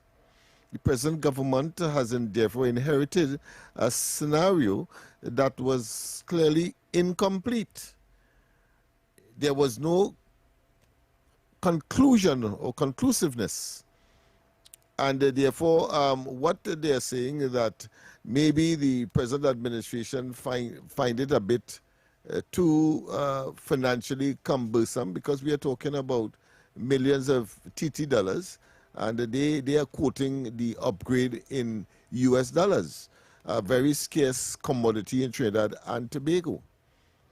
And I would have thought that any rational, reasonable past administration finding themselves in such a situation which has overlapped into the current circumstance, to give a clear and unambiguous disposition as to why it is that it firstly has taken so long, secondly, what would have been the areas of contention or resistance or delay. And as far as we know from the article that we have read, it is about money. It is about investment. And of course, on the other side, meaning that on the Hilton side, it is about their standard that seem to have deteriorated over the years because of the lack of what I consider to be the appropriate maintenance or standard that Hilton International expects of their franchise holders. And that is where we are. Wow. All right. Boise Mokano, a pleasant good morning to you. Let me also say pleasant good morning to Pumpman. Good morning to you. Oh boy, let me just get this article here. Ton fallout. Hilton Trinidad and Conference Center, Port of Spain photo by Abraham Diaz. A possible exit of flagship hotel. Former national hotel chain Hilton have sparked political debate, even as industry stakeholders caution against alarm and call for measured engagement. A Guardian media investigation reported that Hilton has begun steps towards withdrawing from the state-owned property, citing long-standing structural issues, delayed capital upgrades, and financial underperformance. While the exit is not yet finalized, the development has raised fresh questions about the future of one of the country's flagship tourism assets. Former Prime Minister Dr. Keith Rowley described the situation as predictable, arguing that the issues surrounding the hotel are well known within policy-making circles. None of this is surprising to anyone in the know, except that the current government does not know how to proceed and, as usual, is trying to mislead the population through the media, Dr. Rowley told Guardian Media yesterday. He also challenged a key figure cited in the report, saying the cost of required upgrades had been understated. The upgrade that is required is not $600,000 United States dollars as mentioned in the story, but approximately $600 million United States dollars, he said. Jesus Christ, 600 million? That is over $1 billion TT dollars.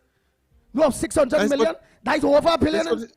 Oh, Jesus but Dr. Christ. Rowley has the temerity, the gall, the effrontery to try to project onto the present, or arrogate onto the present administration, lack of negotiation or lack of negotiating skills, which they would have inherited for 3 years, which his administration would have had for the better part of 3 years, and could not reach a conclusion. But he expects this administration, with the tight fiscal reality that they would have inherited, and suggesting that it is an easy fix. No, I think it is despicable and it is egregious, frankly. But go ahead. Let me finish here this. Let me finish here this Trinidad and Tobago. Where the hell? $600,000 United States dollars as mentioned in the story, but approximately $600 million United States dollars, he said.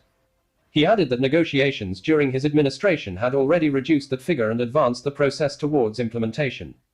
Dr. Rowley maintained that a structured plan had been in place before the change in administration. If today there is still disagreement and dissatisfaction with Hilton, then that is a matter that must be explained by the government, which inherited a smooth, ongoing, agreed process, he said. He criticized what he described as misleading leaks, adding, this could be nutrient too as the incompetence reigns. Former Tourism Minister Randall Mitchell echoed similar concerns, pointing to what he described as a breakdown in continuity. Responding to questions via WhatsApp yesterday, Mitchell said that prior to leaving office, the government had already agreed on a phased refurbishment strategy. The project was to be executed on a phased basis through a tech as owner and Udicott as project manager. Technical consultants had already been engaged, and the procurement process had commenced, he stated. Mitchell argued that the apparent lack of progress reflects deeper governance issues. The stalling of the Trinidad Hilton refurbishment project is both unsurprising and regrettable. It shows a lack of strategic direction and evidences a failure to understand the critical role that diversification in the tourism sector plays, he said. He added that the situation raises concerns about the state's broader economic planning. The UNC claimed to have all the answers, but we now know they never even understood basic fundamentals about the different sectors of our economy. Amid the political back and forth, the Tourism Industry Association of Trinidad and Tobago, TIATT, is urging a more measured approach. TIATT President Lisa Chandelier downplayed the immediacy of the situation, noting that upgrades are a routine part of international hotel operations. Inventory upgrades are a regular operational component of the Hilton Tech partnership, she said after reviewing the report. These matters are best handled through joint internal dialogue. Hilton. Well, boy, you're talking $600 million US dollars. Boy, that is somewhere in the vicinity there. That is about 3 billion TT dollars. Yeah, but I would wait until the government make its statement on the matter. I don't trust. But it says a face. No, because he said that they inherited something that was almost ready for unraveling or implementing. But my question is, I noticed they have studiously avoided saying how long this process has taken place, and this has reached the parties for negotiations concern. It's 3 years we are talking about. Why it took that long? Notice they ain't talking that, but they're saying that the government inherited a process that was ready for implementation. And when you look at the cost, was ready for implementation. I as a government would have wanted to question that cost, having regard, of course, to the returns on the investment, because that is a factor as well. Wow, wow, wow. Now we're gonna do, because the next story I want to come back with Trinidad and Tobago after this short break that we'll be going on to come back. Wow, wow, wow. That is plenty. You talking total to refurbish that, if what Dr. Rowley is saying, 600 million, in fact. Yes, 600 million as opposed to 600,000. But boy, we could bill about, with that kind of money, we could have about 3-4 new brand of international hotel out there, including standards and all of them. And that is what I would have considered if I am the new government. You know, because the asset is ours. So put somebody else there. Look for another brand that will improve it on their own and spend the money. Because if from the information we have, it is that it is losing money, and you have to make that kind of investment as the state, then it's better that you put something else and do the usual promotion, etc. I'm sure that it would have amount to that, and you may be able to do less renovation or less maintenance investment, because Hilton could say what they want to reach a certain standard that may be that of the United States, and therefore the responsibility of finding the money is not theirs, so they could say that. But I'm sure those are some of the considerations that the present administration would have been considering to put value for money, having regard to the fact that it is not a viable entity in terms of economic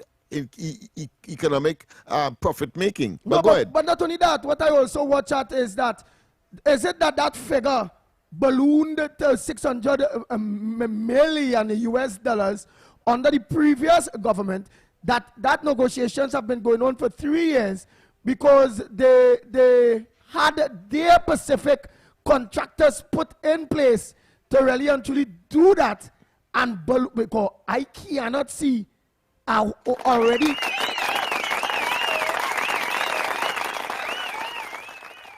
I just had to give you that for critical thinking. Yeah, because that is too much money. I can't see it. So unless that was ballooned up for corruption purposes. But mind you, he also said in that clip that they reduced it. So it was reduced to 600 million? So he's saying that the numbers that is being bandied in the article is not that. It is closer to 600 million. So US. But they were successful in reducing it. That to me is irrelevant. Why would you take good taxpayers' money in a losing enterprise? You see, it reminds me of Train 1, 200 million to prop up, to maintain something that you will never use and still not use, and telling us some cock and bull story that you're using that for leverage. No, but here I will ask the people of Trinidad and Tobago, how have an existing structure there, right? That's like a house. You have your house, right? You have your house, you decide you want to upgrade your house. To upgrade your house, you may organize, change the lighting outside your house a little bit. You go pass a fresh set of paint, you know. Do your like primer, pass a fresh set of paint. You may have some old, wouldn't be old, but some pictures on the walls and all those things that was there for quite a little while that you will put some fresh pictures and all them kind of thing there. Right? Bed sheets will always remain the same, right? But even if you had to buy bed sheets and pillowcase or change a mattress or in the Hilton there, right? I'm watching all of that. All right. Redecorate the rooms and them, whether it be adding something, because remember, it's not much of an existing structure that is left to be done if you're refurbishing or rehabilitating. There's nowhere in the discussion where they say they're adding rooms, so you ain't adding anything. It's just maintenance, you know. And here we have this exorbitant, incredulous sum of money. I mean, come on, any government must want to find out what really transpired there. And I'm sure there's more in the motor than the person. Anything Dr. Rowley says, bet your bottom dollar there's more in it. We will go for that break and come back while we will organize and juggle our minds with some other issues that are happening at this point in time. But again, one question I would like to ask.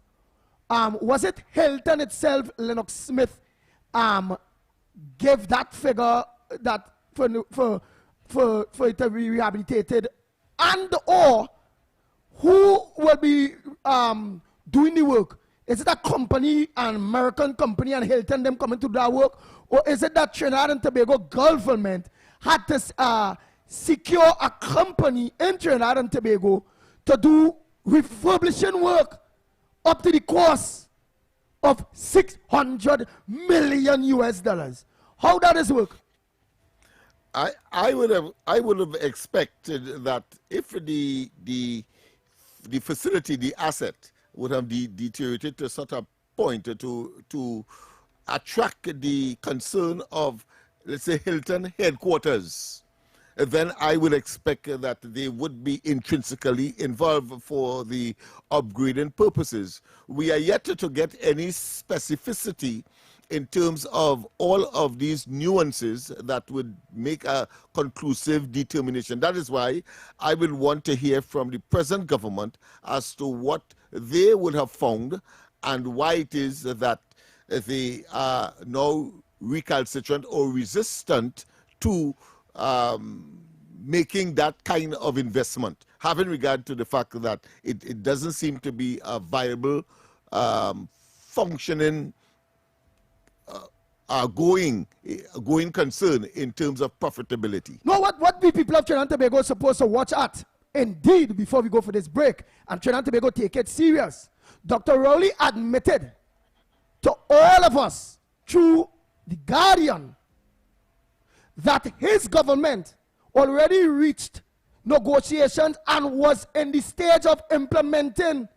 That man and his government was so mad and senseless and stupid that he admitted that they was on the stage of implementing $600 million US to upgrade our hotel by that you ain't about no rooms at around nothing and coming up to that kind of money, and them was willing to spend no expansion, just upgrading the existing facility, because that is what the essence of it is.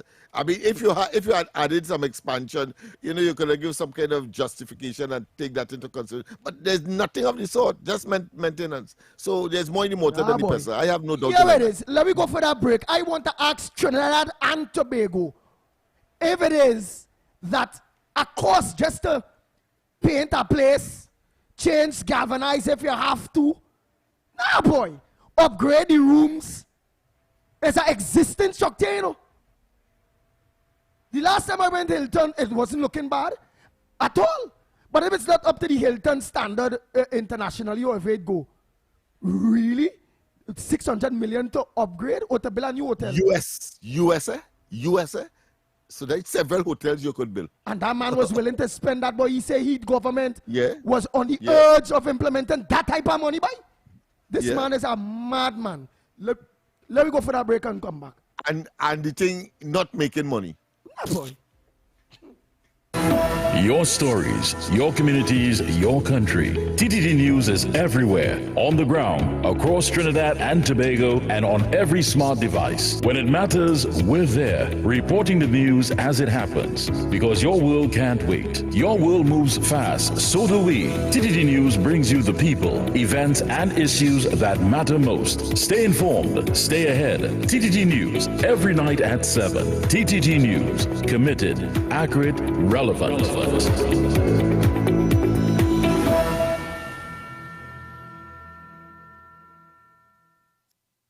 Any views or opinions expressed on the Ground Report are solely those of the hosts and callers and do not represent the views, policies, or official position of Talk City 91.1, its management, or affiliates. Mornings just got louder, bolder, and more informed from 6 to 9 a.m. It's the Ground Report with Andy Williams and Lennox Smith on Talk City 91.1. This is Destra, and you're listening to the Ground Report on Talk City. Keep it locked. Bang, bang, bang. Bang, bang, bang, bang, bang, bang. Trying to go, before I go to the next topic, I want to hear your thoughts before we go for the top of the hour here. Where we're going to bring to you the news by TTT, your news source, right here on Talk City 91.1 FM. On that whole Hilton scenario there, Trinidad and Tobago, what's your thoughts? Because I give what was mine, really and truly. I really want to hear what's your thoughts on it. Because I see whereby if they had remained in power, while pensioners' pension never raised, while it's open there that Hilton hotel is busting, it's not making money, while they never sign off on many wage negotiation deals through the unions and them, while they had offered people 0.000%, while Jesus Christ, while they closed down Petrotrin, while they're sending home plenty people, while borrowing a set of money too, in the midst of all of that, they was willing to invest $600 million US dollars, as said there in the papers by Dr. Rowley. You know how much money is that? That money there, if we pump that money right now in the housing sector in Trinidad and Tobago, we can heat up the economy. Where the government had our money and start to build new houses with that kind of money. Like masons, carpenters, like technical jobs, like real people, vendors, like transportation, making money. We say vendors already. That is entertainment and all, because people working, making money. There is plenty more gas selling, because more vehicles go be on the road where the workers who are to drive and what materials going and buy, whether it be the quarries, whether it be the red sands, whether it be the... That is real money. I would have quicker spent that money to heat up the economy in the housing sector, taking a page from Manning book. But Rowley when them wouldn't do that. He will never take a page from Manning book because it had some good things that Manning did do. Jump high, jump low. All the lines are open. I want to hear what's your thoughts, short and sweet. I'll just take about 2-3 calls on this. It's about 4 minutes, you know. What's your thoughts on this whole scenario when it comes to Hilton? I think people should be looking at a pattern of behavior. The mothballed Train 1, where they spent 200 million. Well, in some quarters they say it's 4, but let's say 2, according to them. And then, of course, the investment in that cable facility, TSTT, I think it's 40 million. Oh, no, 240 million, sorry. 240 million in purchasing that Amplia, that it too is not a viable investment. So we see a pattern of behavior for loss and to the detriment of the treasury and the taxpayers of this country.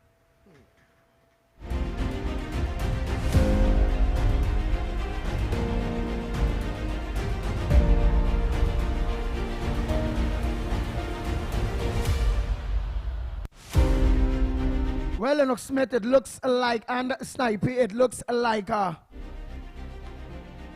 people like they agree with the little editorials by myself and Lennox based on Hilton, because they have opportunity to give their thoughts, and it's like they don't have no thoughts to give in that. Wow, wow, wow. Well, I suppose we probably have spoken for them, so they see no reason why they must call in. But even if you agree, then call in and say that you agree. Even if it's that, even though, of course, it is a fait accompli. Yes, indeed. Yeah, so I say is that there's a pattern of behavior, Andy, that we were concerned about whilst the PNM was in government. And now we are seeing the repercussions of it, and we are yet to get the rationale for making such a obviously bad investment. How could you, in such a profligate manner and bold-facedly, use taxpayers' money in that way and believe that you can find justification in such a way so as to cause people to consider you to again manage the affairs of this country? That must never be. Never be. Nice. Cannot. Dr. Munilal had revealed, I wonder if I have enough time, it's 1 minute too. No, but we want to go back on this. So this will show the wastage of money when it coming to the former government, and why it is they spend almost $1 trillion and it have nothing, absolutely nothing to show. And yet still when the new government got into government, all government institutions owing, and the ministries was left indebted and broken. Nothing. Munilal reveals lawyers' total fees mismanagement paid for energy briefs. Dr. Rudal Munilal, energy minister, revealed lawyers' fees that was paid for energy briefs. Imagine energy is something that is make money, and then pay lawyers big money, big briefs. Aye, boy. Yeah, but I mean the classic case is the same Vincent Nelson in another iteration, in another dispensation. He was called upon, and the Privy Council says, listen, how you could give us a one paragraph saying that take out that matter that the previous meaning the UNC administration took to court, are talking about the later chairman of Petrotrin in court. Why would you do that? Having regard to the amount of money. But let's go for the break, and when we come back, more. Yes, it's news time.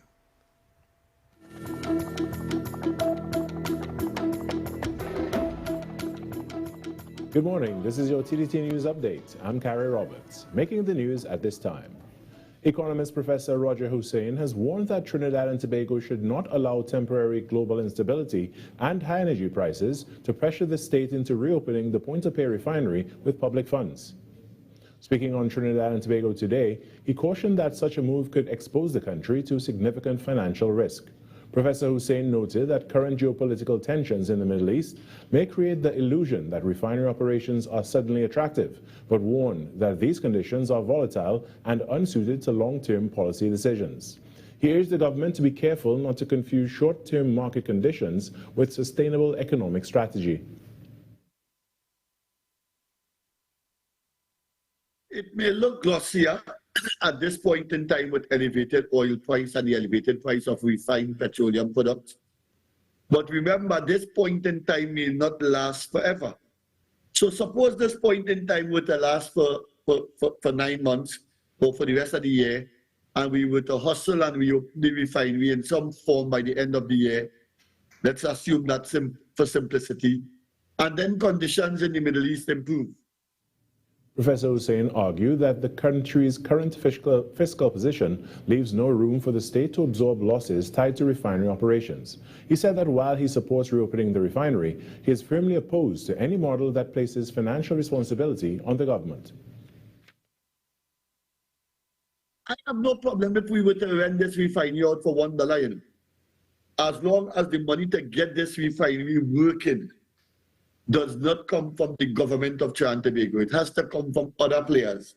And if somebody were to come and rent the refinery for $1, and were to employ people from around the refinery and buy our crude oil in Trinidad and Tobago and other crude oil and refine it and increase value added in Trinidad and Tobago, that's how we would benefit. But we have no money at this point in time. Sometimes we struggle to pay wages, to pay workers.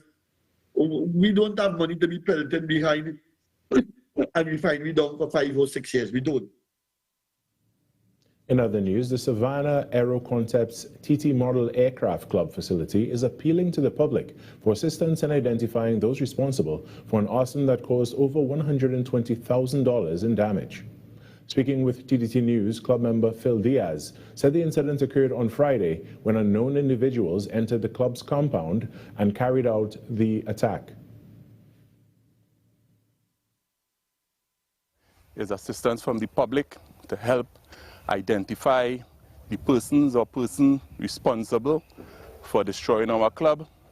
We've lost in excess of $120,000 worth of equipment, including a ride-on lawnmower, power generator, pumps, the galvanized, as you could see, missing from here, as well as when the perpetrators completed stealing, they opted to vandalize the remainder of the items within our shed, and burn it. We lost in excess of 3 airplanes, as well as tools, equipment, our water tank. The club has since shared photographs of the stolen items on social media and is urging members of the public to be vigilant, particularly if they see any of the equipment being offered for sale. In some sport now, the West Indies women are down 2-0 in their 3-match T20 International Series versus Australia as they head into the final game this evening at the Arnos Vale playing field in Kingstown, St. Vincent. But despite the series loss, Captain Hayley Matthews identified a welcoming positive aspect from the performance, which she shared with Cricket West Indies media. One thing that we really wanted to focus on was putting together some partnerships and having 2 batters at the crease for a longer period of time. And yeah, it was really good to see that we had a few of them today, you know, and different people putting their hands up, Steph in the middle, myself, DeAndre coming at the end and looking really, really good too. So certainly was a really good fight back from us, I think, in the bowling innings as well, when you talk about mentally. So yeah, just going on to the next game now, just got to pull it all together. And that was your TTT News Update. I'm Carrie Roberts. From the entire TTT family to yours, have a great day. That was TTT News on Talk City 91.1 FM.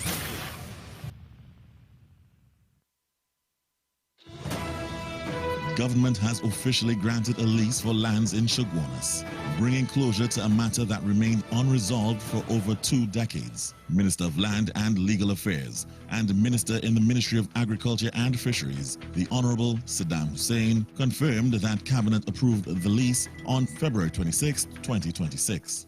This lease was granted to the Anjuman Sunatul Jama Association, which is known as ASJA. This lease is for a period of 199 years for the purposes of a Muslim cemetery.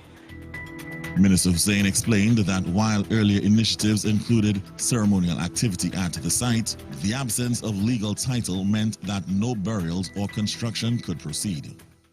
Upon assuming office as the Minister of Land and Legal Affairs, this matter was brought to my attention, and immediately the ministry got to work, and we were able to bring this particular long-standing issue to closure. There are development works that will have to be conducted by the ASJA, and the construction of their facilities, they can do so now because they have title. A cabinet minute does not give title. A deed of lease registered, transferring title, gives them that security. And that is what we did as a cabinet. In a separate but related initiative, Minister Hussein also announced that Cabinet has approved $1.3 million in grant funding to 22 Islamic organizations to support Eid al-Fitr's celebrations across Trinidad and Tobago. So with our cabinet, this new UNC cabinet, more groups are benefiting, and we have allocated more monies to these groups. There will be equitable and wider reach of this money so that various jamaats, various associations, various NGOs, various groups throughout the country will be able to host their Eid al-Fitr celebrations so that all can enjoy, and in particular those who may be very needy. The Twin Initiative reflects government's commitment to resolving long-standing land matters and ensuring that religious organizations are equipped with the legal framework and funding required to serve their communities. This was a production of the Information Division, Office of the Prime Minister.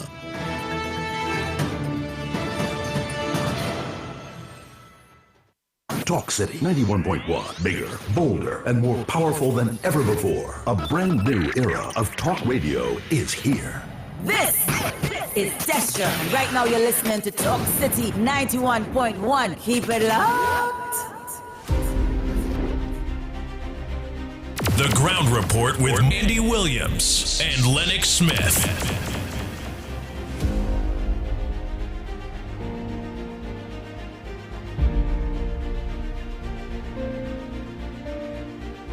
Oh boy, oh boy, oh boy. So we did discuss that whole issue of Hilton.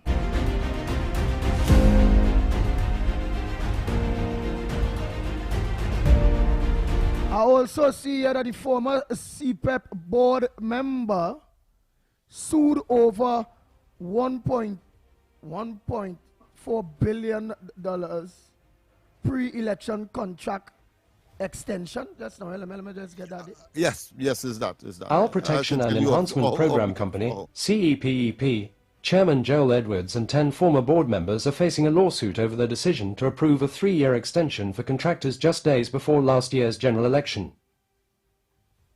On Thursday, lawyers representing CEPEP, led by senior counsel Anand Ramlogan, filed the case alleging breach of fiduciary duty, negligence and deceit by the former board. This is the first lawsuit launched by the current United National Congress, UNC, coalition government over decisions taken by a state board under the previous People's National Movement, PNM, administration. The defendants are Edwards, Ita Rampersad, Kurt Bernard, Thomas Sanwa, Wendell Williams, Yinka Jagbir Garcia, Camille Hussain, Maurissa Smith, Robert Lee, Brian Rock and Michael Seals. CEPEP is seeking significant compensation, including having Edwards indemnify the company for any liabilities arising from the mass termination of contracts by the current government in June last year. According to court filings obtained by Guardian Media, in late March 2023, an official from the Ministry of Local Government and Rural Development approached CEPEP Chief Executive Keith Eddy regarding the contract renewals. The filing claims Eddy consulted Edwards, who allegedly assured him that Cabinet had approved the renewals. The lawsuit states that Eddy was also contacted by former Minister Faris Al-Rawi, who requested that the renewals proceed but did not provide any written approval. The former board, relying on Edwards' representations, approved the extensions in round-robin vote days before the April 28th election. Seals abstained from approval but did not raise objections.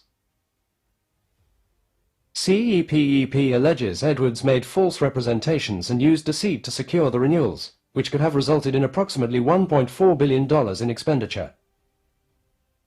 In each case, Mr. Edwards acted dishonestly, knowing the statements were false or misleading, or at least made them recklessly without genuine belief in their truth, the company's lawyers said. The lawsuit further claims Edwards failed in his duty under the Companies Act by not seeking legal advice or considering the financial implications of the renewals before presenting them for board approval. He failed to ascertain or disclose to Mr. Eddy and the other directors critical financial details including JECTED costs, funding sources, cash flow profiles, and termination exposure, preventing informed judgment, the filing state. Nice. Let me see Lennox Smith. So the government is suing these board members, right, which I want to believe, oh boy, which now, if they lost that case, these board members had to fine $1.4 billion. That a fine damages. Of course, the court will determine that. Yes. But this is a very serious precedent being set with board members now. That is a precedent was set for all board of directors that are on state boards, you know. Of course, and that where is if what they is make bad required in decisions, they have to pay back with their money, you know. Yeah, notice the reference we made with respect to train 1, for example. All what that transpired there is that the chairman there was transferred to as the ambassador to Suriname. Remember that? When, of course, some of them frontally said, listen, I want security to sign on this money that they know would have been unnecessary, and there was a lot of internecine quarreling and recriminations, but the instructions was given from high up, the level of the cabinet. But that case with that train 1 or 2 is train what one did they pay for 2?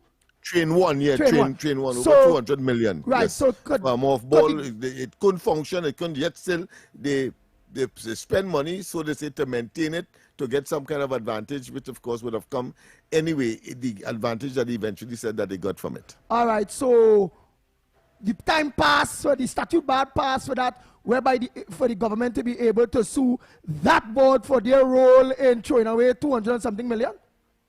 Well, I don't think so, and if it is pretty close, but I would not doubt, having regard to the deafening silence of the present administration and the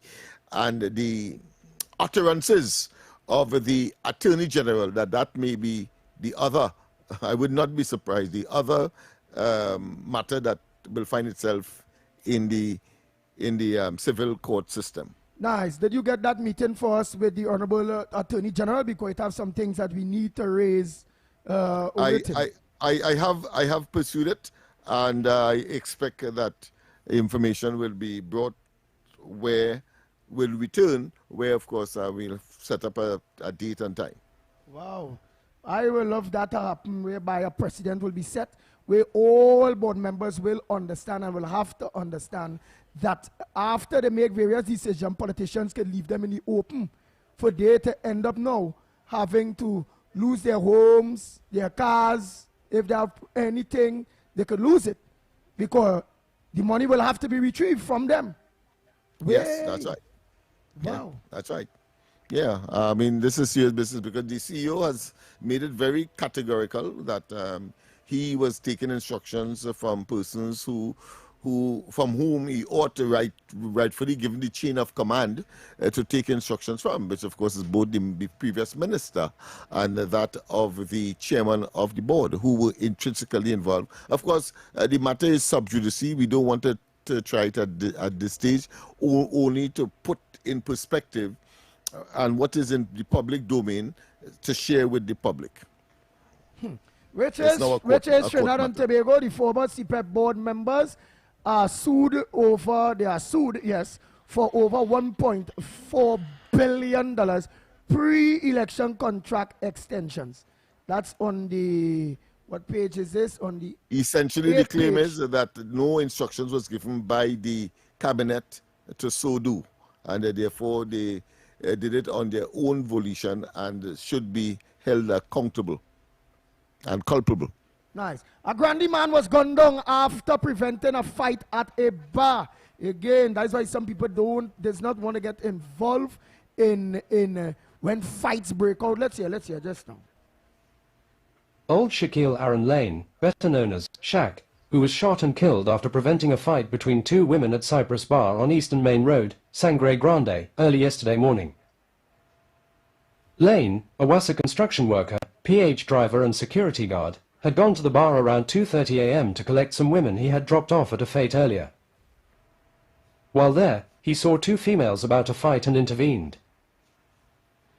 This led to an altercation with a man associated with one of the women.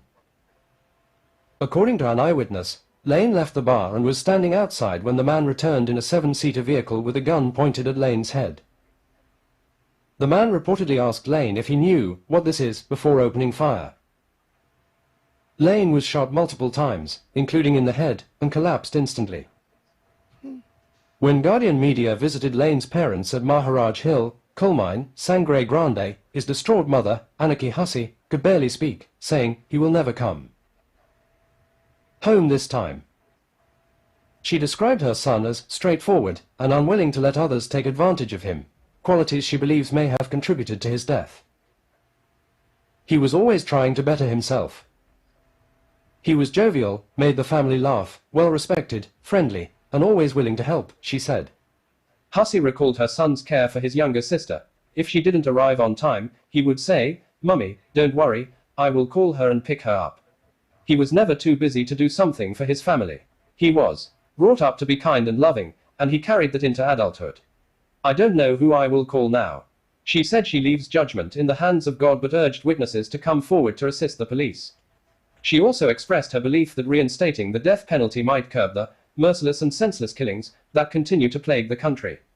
Guardian media observed that tents were being erected at the family home at Maharaj Hill, Coal Mine, Sangre Grande, in preparation for Lane's wake. Wow, boy.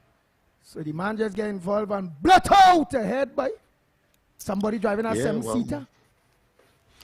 It's unfortunate, you know. You think anybody will come forward and let the police? Samaritan.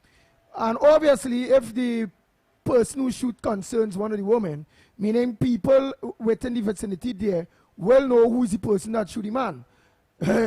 So you think anybody will go as a witness or give a statement that they see that individual there is who point the gun and shoot the man?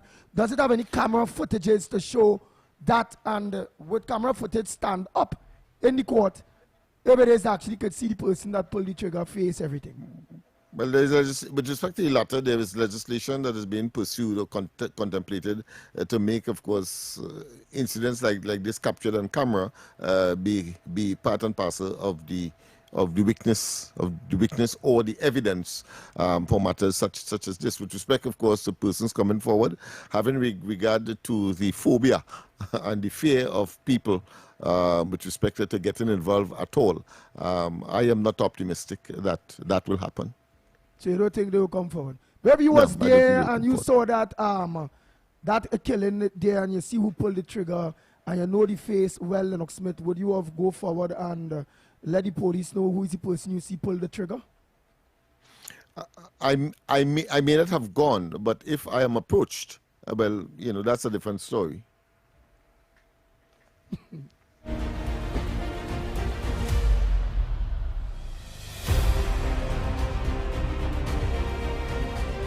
Oui, Papa. Yeah, that's how it is.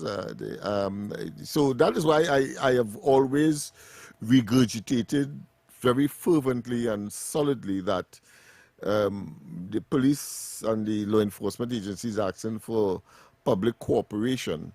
I think they have themselves to blame in major, not in total, but in major, as to why people have that skepticism, as to why they will not come forward to give evidence, even if they see, even if they know. And that is something we have to grapple with and give people the confidence from the police side, because we look at the whole question of police association with the elements that may be part of the perpetration. And then, of course, we look at the inability to secure conviction. And then we have a very poor record of witness protection. All of those combined tells you, well, listen, it does not pay to be civic-minded. Boy. Boy. Yeah. Snipes, if you was there and you was approached or whatever, would you have let the police know, well, who you see come out the seven-seater and you know who pulled the trigger? Would you have be a good Samaritan, be a good citizen, and let the police know who you see pull that trigger, Director Snipes? I want to refrain from answering that question. But you could take that as a no. I want to refrain from answering that question in this society. Yeah, I mean, I explained it, of course, and he succinctly said, well, you know, he prefer to refrain. And to me, that suggests he is in concurrence with the analysis that I would have given earlier. Boy. So that's supposed to show everyone in Trinidad and Tobago. Let me say a But I pleasant can good ask morning. you the same question, Andy, before you go further. What you would have done? Wait, let me organize here because it have people on the lines that I had to take some callers here. People calling, man. You have people on the line now. But go ahead. Bring them forward. We accept that. Yeah. Morning caller. Where are you calling from? What's your contribution on the ground report this morning? Good morning to the Migration Tree. You know I call him from Grandy Andy. Yeah. Two things I want to think what you're debating there. The first thing is the Hilton Hotel. The Hilton Hotel, now you have to remember, is owned by the Trinidad and Tobago government. They're just using the brand Hilton, right? And because it's an American brand or American company, we had to pay them in US currency. If it was Ghanese running it, we'd be making a lot of money because you know the Ghanese money is much to ours. So because now we have to pay them. Wait. We have to pay, so the $600 alleged $100 million, $100 million US dollars that Dr. Rowley talked about is to give to Hilton self, or that would have been the cost to refurbish or uplift the Hilton. What it was? Yeah. Because you're talking about we had to pay the brand. Is to uplift the Hilton, because remember the hotel. Right, but by Hilton self, but by Hilton self, because you said the US money, or by Trinidad and Tobago locals. Well, you see now, the money had to go to the people who run in the hotel, right? So it will go in US currency, but that is to the upgrade of the Hilton, which have to be done within a 3 years period. All right, but the people who run in the hotel are Trinidad and Tobago, the government of Trinidad and Tobago. So why we have to pay that? Why we are? You see, I'm well confused. I wonder if Lennox Smith understands. Just now, before you go further, Mr. I'm not trying to shift your trend of thought, but it's two things we are talking about here. The cost of using the brand is one. So, but here we are talking about the upgrading. The cost of using the brand would have taken care of itself. That is separate and apart. No, I ain't talking about that again. I'm talking about the upgrading. Yeah, okay, good. Yeah, it's the upgrading I'm talking about. Right, we're supposed to upgrade the hotel every 3 years. Right, but because the cost in using the brand could never be $600 million US dollars. No. I ain't talking about the brand.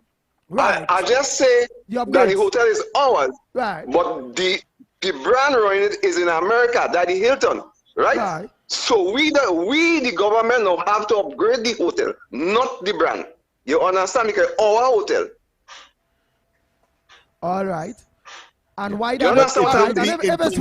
With, of course, Hilton, wherever the headquarters is, recommendation, because they're the ones who will determine whether or not you qualify to carry our brand, and therefore you have to, just as how Sandals was negotiating.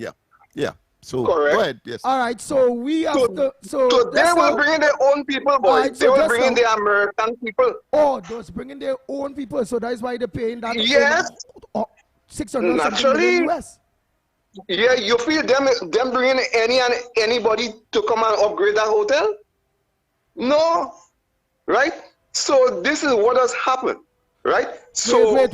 So you are saying wait, because remember we want to make sure everybody catch the drift, because I still kind of catch the drift. So you are saying the upgrading of the Hilton Hotel, although it's owned by Trinidad and Tobago, the terms and conditions in upgrading is not that Trinidad and Tobago have to do the upgrade, is that we have to give the $600 million US dollars to Hilton Hotel, Hilton, the brand, where they now will organize and hire contractors and whoever, pay them in the US, hire contractors and organize and do the upgrades themselves? That's what you're telling me?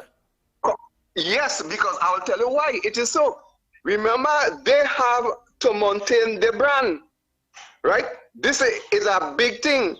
You can't let anybody come in to break down them brand. You have to understand it's the brand that is important there.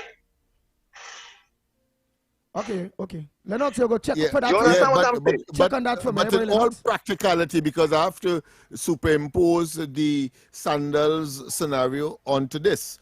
Correct. And what will happen? What in all practicality there must be local input. So, but it will be supervised and directed and controlled in terms of quality, in terms of standards, in terms of materials, etc., by representative of Hilton, just as was the case with Sandals. Sandals wouldn't allow Trinidad to just build a hotel just so. They will come in with, of course, they must agree with the space available, the location, of course, the architecture, etc. A major input will be played by, of course, the owners of the franchise. So, but there is a local input as well. Yeah. Okay. That's why you're so right. That's why you're a great man, because you always on your right side, right? All of us have had to learn from you, right? I understand. You're not an easy man. Yeah. Thank you very much for making that so. Andy, I could say more things, but I don't want to keep up because other people have to talk, okay? All right. Okay, so that's why they had to pay it in US. Well, they could calculate it in US, but of course, at the end of the day, but calculate in US, because I mean, is the brand. They are saying, look, my hotel, in order for me to function here properly, this is the cost that we have established. Of course, they have converted into TT, where the local input is concerned. So there's a mix. But let's go. We have, of course, the word for today challenge. The word for today challenge. So that feature is now on. I want to give my word one time, but I would prefer to get about 2 calls before. So get to your dictionaries, get to your, whether it be a hard copy or electronic, and tell me. And of course, I will do my best to, off the cuff, to respond to the meaning of the word that you would have called in at this stage. Of course, we have quite a lot of businesses that are being sought, or put another way, that are seeking to get their names in on this particular feature, as is the case. Well, in the case of the Capiche for today, well, we know NLCB is the sponsor of that. So let me give my word for the day then. If it is that no call is yet here. Hold 1 minute. Hold 1 minute. We have somebody? Go ahead. We have calls on the line, man. Go ahead, caller.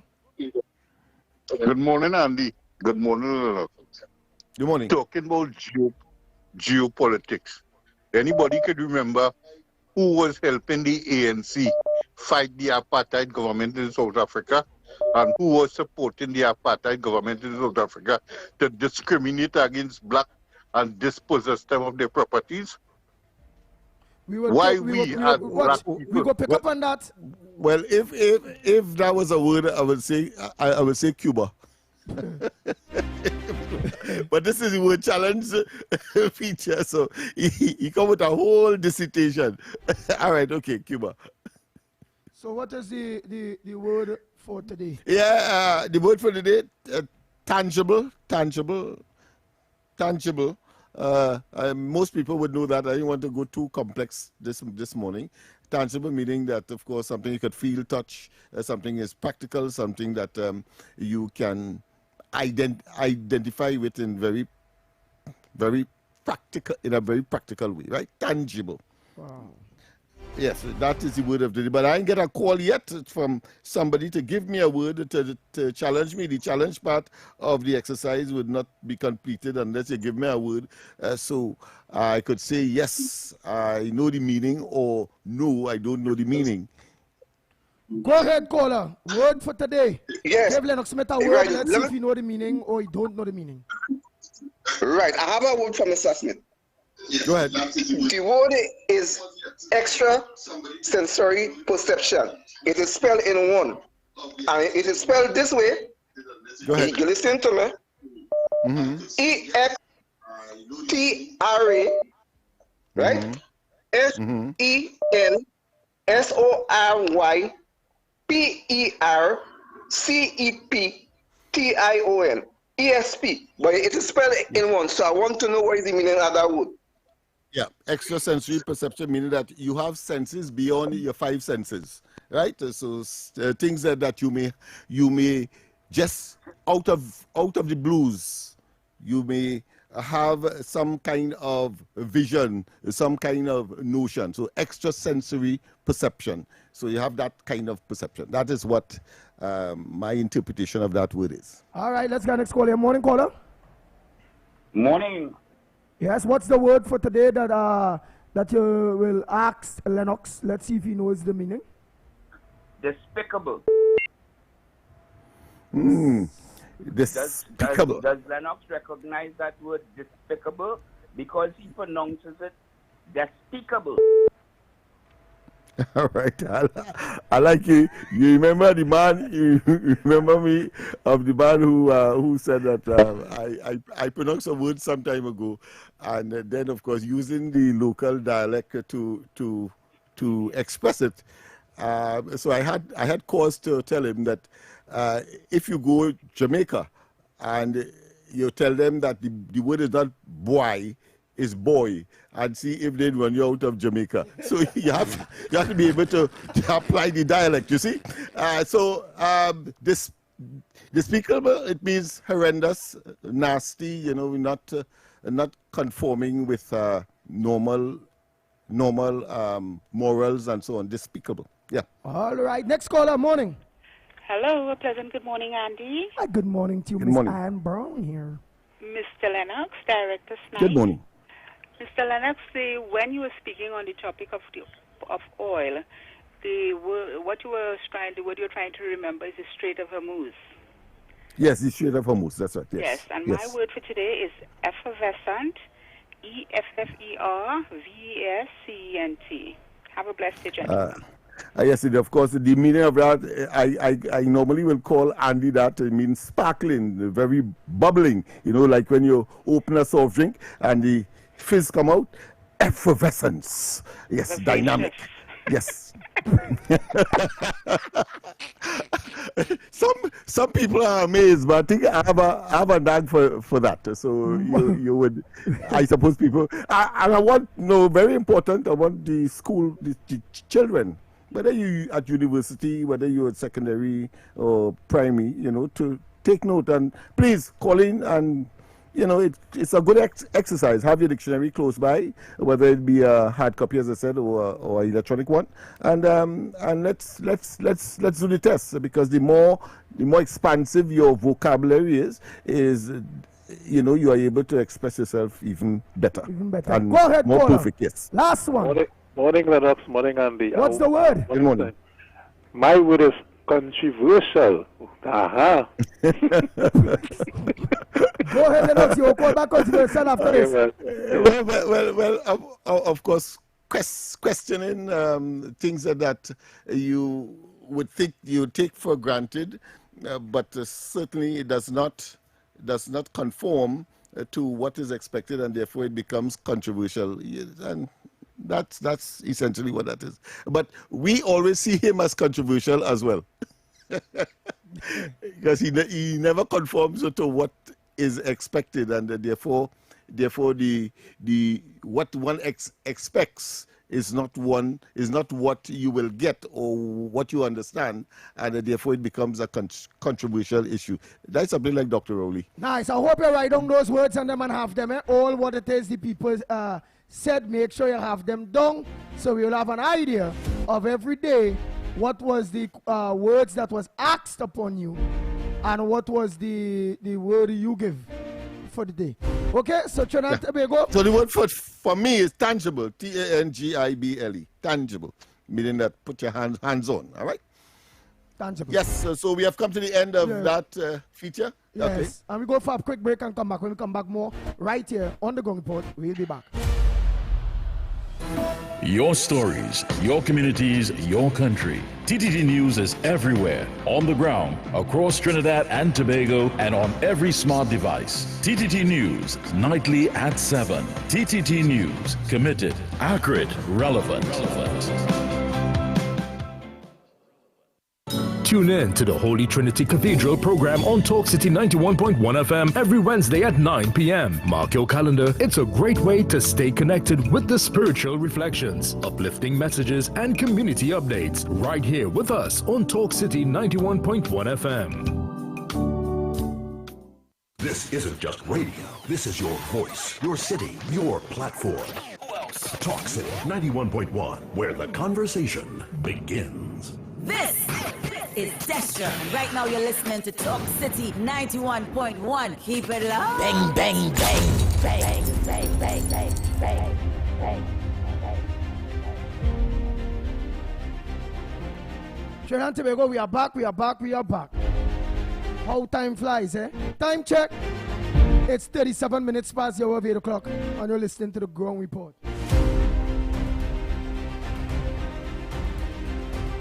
On the Talk City 91.1 FM, and you're also viewing us and listening to us on our several social media platforms.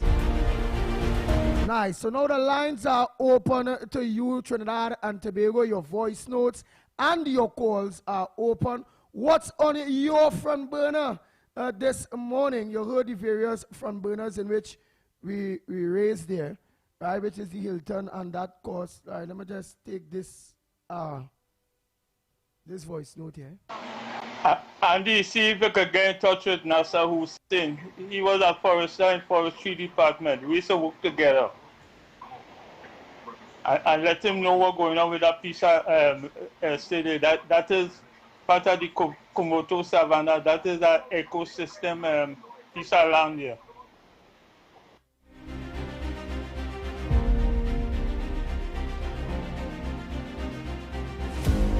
Andy, morning. Lennox, Snipes. Andy, the gentleman who calling and saying that Hilton upgrading their own thing and we have to pay them in the US. As far as I understand from the thing where you all played with Rowley, they say that Vencut was handling that, you know. I could be wrong, but to me, that is what I heard, you know. I'm not sure. And one more thing to mention again, Andy, and I tell you, every week I come in with this, you know. Burn the guns and the drugs in public for me, please. Thank you. Morning, yeah, caller. well, of course, just to correct that, caller is Unicut, not Vemcut. Vemcut deals with vehicles, but Unicut was supposed to be. So we vented that already. Good morning. Morning, Lennox, Andy, director, and all the listeners. I'm back inside again. My second contribution for the morning. Let us congratulate the government for bringing a lawsuit against the CPEP board. Now, precedent has been set already with respect to the life support board, where they were found wanting with respect to fiduciary duties, right? So said, so done. Now, we have to listen carefully to our Attorney General. We know the playbook. I'm coming for you, and you. Who was the AG that brought the court action against the people in the Piarco airport? It was JJ, right? With advice from and former Attorney General, a fellow by the name of Ramesh. 2, look what happened when the lawsuit was filed against Malcolm Jones, who was the executive chairman. KCR said, no, you can't file it against one person. You have to file things about the whole board. The end result is they get a 2x4 legal opinion from a fellow by the name of Casey Nelson, and they pull it off. Likewise, when Ken Julian had to account, they pull it off too. So this time, I believe people who squander taxpayers' money will be held accountable. And I believe the former AG, Anand Ramblegan, is prosecuting this case. He has the experience with the Malcolm Jones. He has the experience of what loophole the PNM could try. So I have total confidence that the man who say we know the playbook, the man who has the experience, the current AG, and are coming for you, those former board chairmen, including a police officer who was head of the 2nd Division, they are policing, all of them jumping up and going, have a nice morning.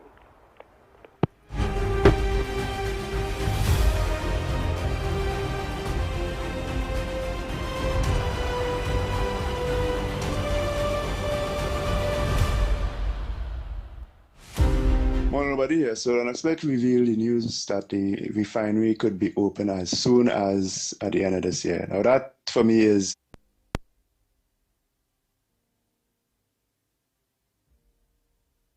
a real stretch, but if it's true, that is excellent, because what is happening in the world today, Trinidad and Tobago is about to be at the core of the oil and gas industry in this part of the world, because we are the most capable and developed downstream industry in the petrochemical world in this part of the world.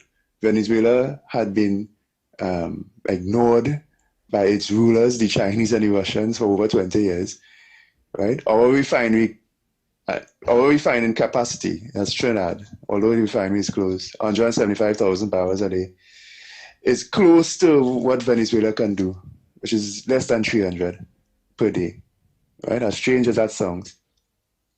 So our refinery can serve massively, and in fact, I think we need another one, all right?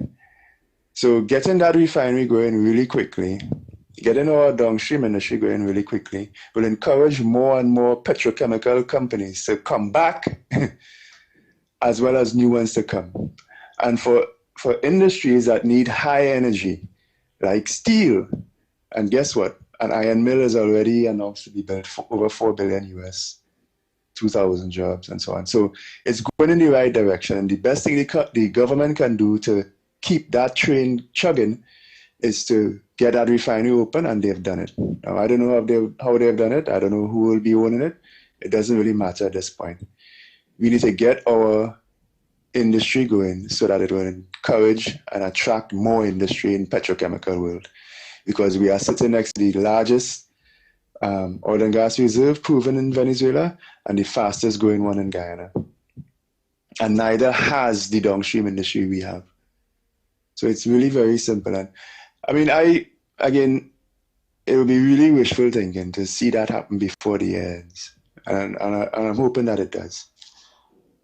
And all of this demonstrates that we chose the right side in the global conflict around Venezuela, and indeed the rest of it. What is happening in the world now is a correction that is decades overdue. All right? I'll do a next one on that maybe sometime. But let's tickle the bus man a little bit. As well as the people who call themselves influencers, right? Our politics seems to be all about financiers, influencers, and activists. No citizens, it seems like, have a say. Then, for all who are griping about this and that and the other, not getting this and that and the other, this government is actually in real force, in real existence, about 5 months, maybe 6, because our government is not a government without a budget. And I think the former regime deliberately had an election 6 months away from a budget so that you will have the kind of chaos that this government will have to deal with. They would have to continue with the old budget. Until you write a new budget, you're not really a government, you're just a caretaker. And yet still within 6 months, look at what we have accomplished. We could potentially have our refinery back open by the end of the year, and the gold rush begins. That is so truth. Let me take this one here again. Incidentally, next month, is the actual anniversary, 28th of April. Go ahead, caller. First year. Morning. Yeah, go ahead, caller. Yeah, Andy, the discussion with the lady will send you the message concerning the land in San Grande by Damry Hill. That piece of land is an eco-tourism thing. People are supposed to go in there to cut down no land without the permission of Forestry Division. If you could get in touch with Nasser Hussein, he could give a hearing on that because he was a forester in Forestry Department. We should work together. All right. Yeah, all right. Yeah, get in touch with Nasser. All right.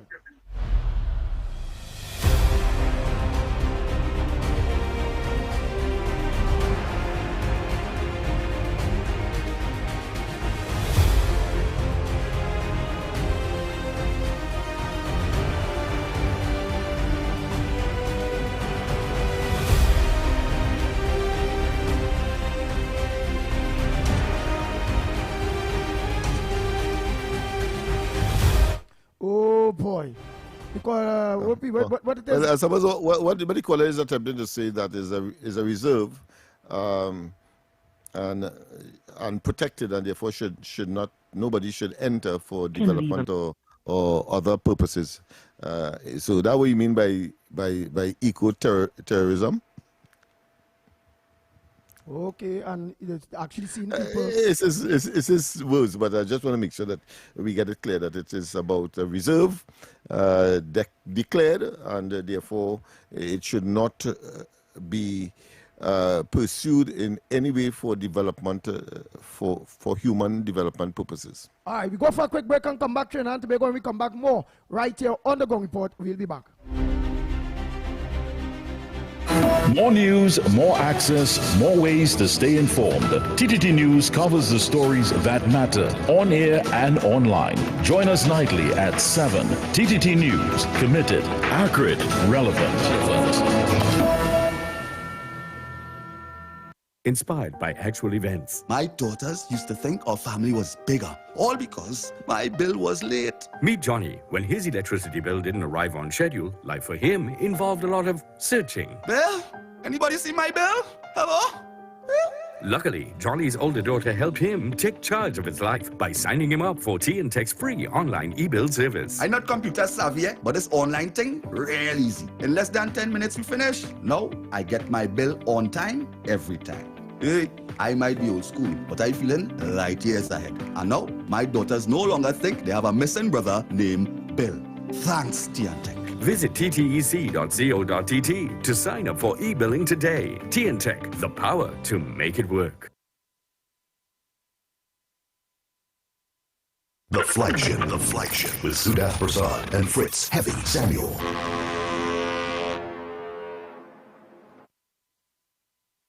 The microphones are down and the boots are laced up. This Good Friday, the top media houses of Trinidad and Tobago are stepping off the air and onto the field. Get ready for the Intermedia Football Cup 2026. Come out and rep your favorite media personalities as they clash for football glory and bragging rights. The best part? It's free. So bring the family, bring your coolers, and don't forget your vibe. Friday, April 3rd, Police Barracks, St. James. It's football, energy, and excitement. Kickoff at 11 a.m. The Intermedia Football Cup 2026, powered by TTT Limited. For more information, like, love, follow us on social media at TTT Live Online. No glass bottles allowed. Intermedia Football Cup 2026. The TTT Intermedia Football Cup 2026, sponsored by Digicel, Sunshine Snacks, Blue Waters, and Stamina Energy. This is Destra, and you're listening to the Ground Report on Talk City. Keep it locked! Bang, bang, bang, bang, bang, bang, bang, bang, bang, bang.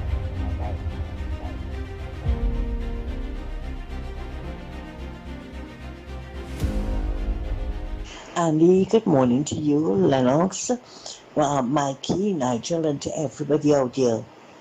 You know, I don't know how people could be so dishonest and disingenuous, you know. Busman so loved Julian John. He want Julian John to take over everything. But yet still, he has not acknowledged or recognized how much work Julian John has done as yet as the Minister of Works. Julie Judd told us how many potholes and everything that she has patched. And this man coming to say that this government is there a year, not a year yet, but a year, and they have not done anything in the country. That man is so dishonest. And are we paying property tax?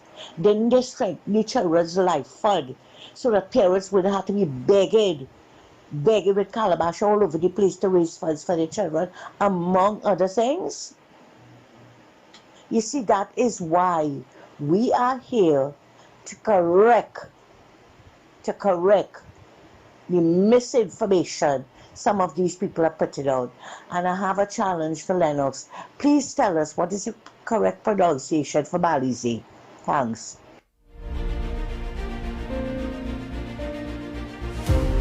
What is the correct pronunciation for Balize, Lennox, man? she pronounced it, but I suppose we would have called it a very particular name when we talk about, of course, blood money and there's a word that I was using very frequently during the campaign. No, but I don't think that is Balize is the proper pronunciation for it. I don't think that is the proper pronunciation. Balize, BALISIER, I believe it is something like that. But it's sounding more like Frenchish as well as Portuguese. So I really can't. I really have not focused on the word itself, but I know it's Balize. Maybe because the you said you never studied that as a word about. Anyhow, call a morning. I know that Balize. Morning, Andy. Morning, Lennox. Yes, Andy and I-E-R. Lennox. Yeah. Morning, Andy. Morning, Lennox. Andy are single for the last 9 years plus. I hear the anniversary the 20th next month.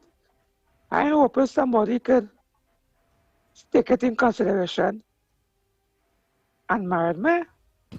Because I suffer for the last 9 years plus. I know who could be that good minister in the cabinet. Single, you have to continue that voice. What is this? You have to continue with what? Go ahead, continue with it. All right, Andy. April the 20th is the anniversary. I'm looking for somebody to foreign on my finger because I suffer for the last 9 years plus. And I was out there getting tear gas and balling. Now, look, remember me, Andy? You was running and the young one was running long, boy. You was balling for me eyes, boy. Yes. But I'm looking for a little help, boy, Andy, boy. I suffer for the last 9 years plus under the last regime. And my people are on Wi-Fi 1012 for. They're like the blowing black smoke on me. I hope they can pouring on my finger next month, the 28th. Bless all the rich and safe, eh? Love. Only on the ground report. They'll force you to be out of character. Man, looking for somebody to marry them, boy. I'm telling you. Boy, that man ain't good in the head, you know. Norris always say that. Norris say. Andy, I know I'm telling you, that man is a madman. Maybe they look at the married to the voice. But I don't think. Anyhow, let me not say anything about that. Yes, so what again we have? Busman earlier, Andy, when he made his contribution, talked about, as Ms. Santa Cruz rightly observed, that he's giving commendation to the minister responsible for the clearing up of potholes, having made decisions and having been working. Yeah, but he said that for the last year, nothing has been done as far as potholes is concerned. But what I thought was hilarious, he usually will give you these kinds of ludicrous statements. He said that vehicles going down in these potholes and they're losing their tires. But and the tires come off. But he does use bus. I wonder what happens there. Boy, boss man really mad, you know. Let me hear really and truly what the man saying truth. Let me hear what boss man saying truth, boy. I'm going back to play that because I say, well, he does use bus. I want to know if the same bus has gone down the same pothole and lose the tires. Now I had to play back that, boy, because I really did hear that and I know I was going to ask you about that. I really was going to ask you, I said, but I never hear about nobody hit a hole and the whole tire gone, he say, you know. Gone, he say, you know. So the car going one way and the man who's steering or who's the driver, watching the tire, somewhere on the right of him, either going ahead of him, or the side of him, or the back of him in the rearview mirror. I don't know. That's my interpretation. I know portal. I crate. I can understand. A canyon. But go ahead.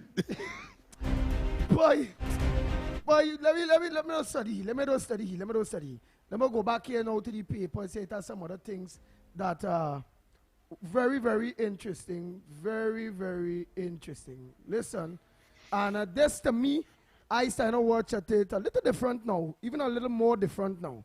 Boy. But listen to news. Riddled with bullets. Murdered business. Ome of murdered businessman's son riddled with bullets. Guy's Trace, North Oropouche, on Saturday evening, penned fire on the home of the son of murdered businessman Danny Guerra at Guy's Trace, North Oropouche, on Saturday evening, leaving residents shocked and concerned. No one was injured, but the house was riddled with bullets. Residents said the property is located within a gated community with controlled access, requiring identification for entry. They questioned how the gunmen gained access, noting that the main gate is the only entry point.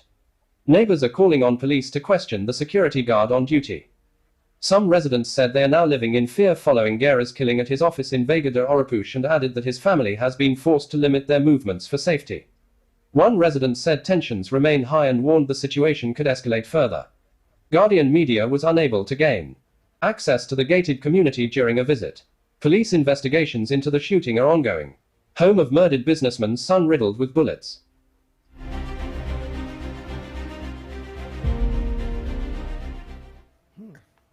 That is a controversial one. And in terms of, all right, it's a gated community first and foremost. So therefore, access clearly must be a matter of deep concern for not just the victims, meaning the son of the deceased, but certainly all the neighbors and those who are there. So I agree. But if you were a security guard at the entrance of that gated community and fellas who are that desperate and show that kind of armament, what you gonna do? No, well, will they show that before the guard let them enter?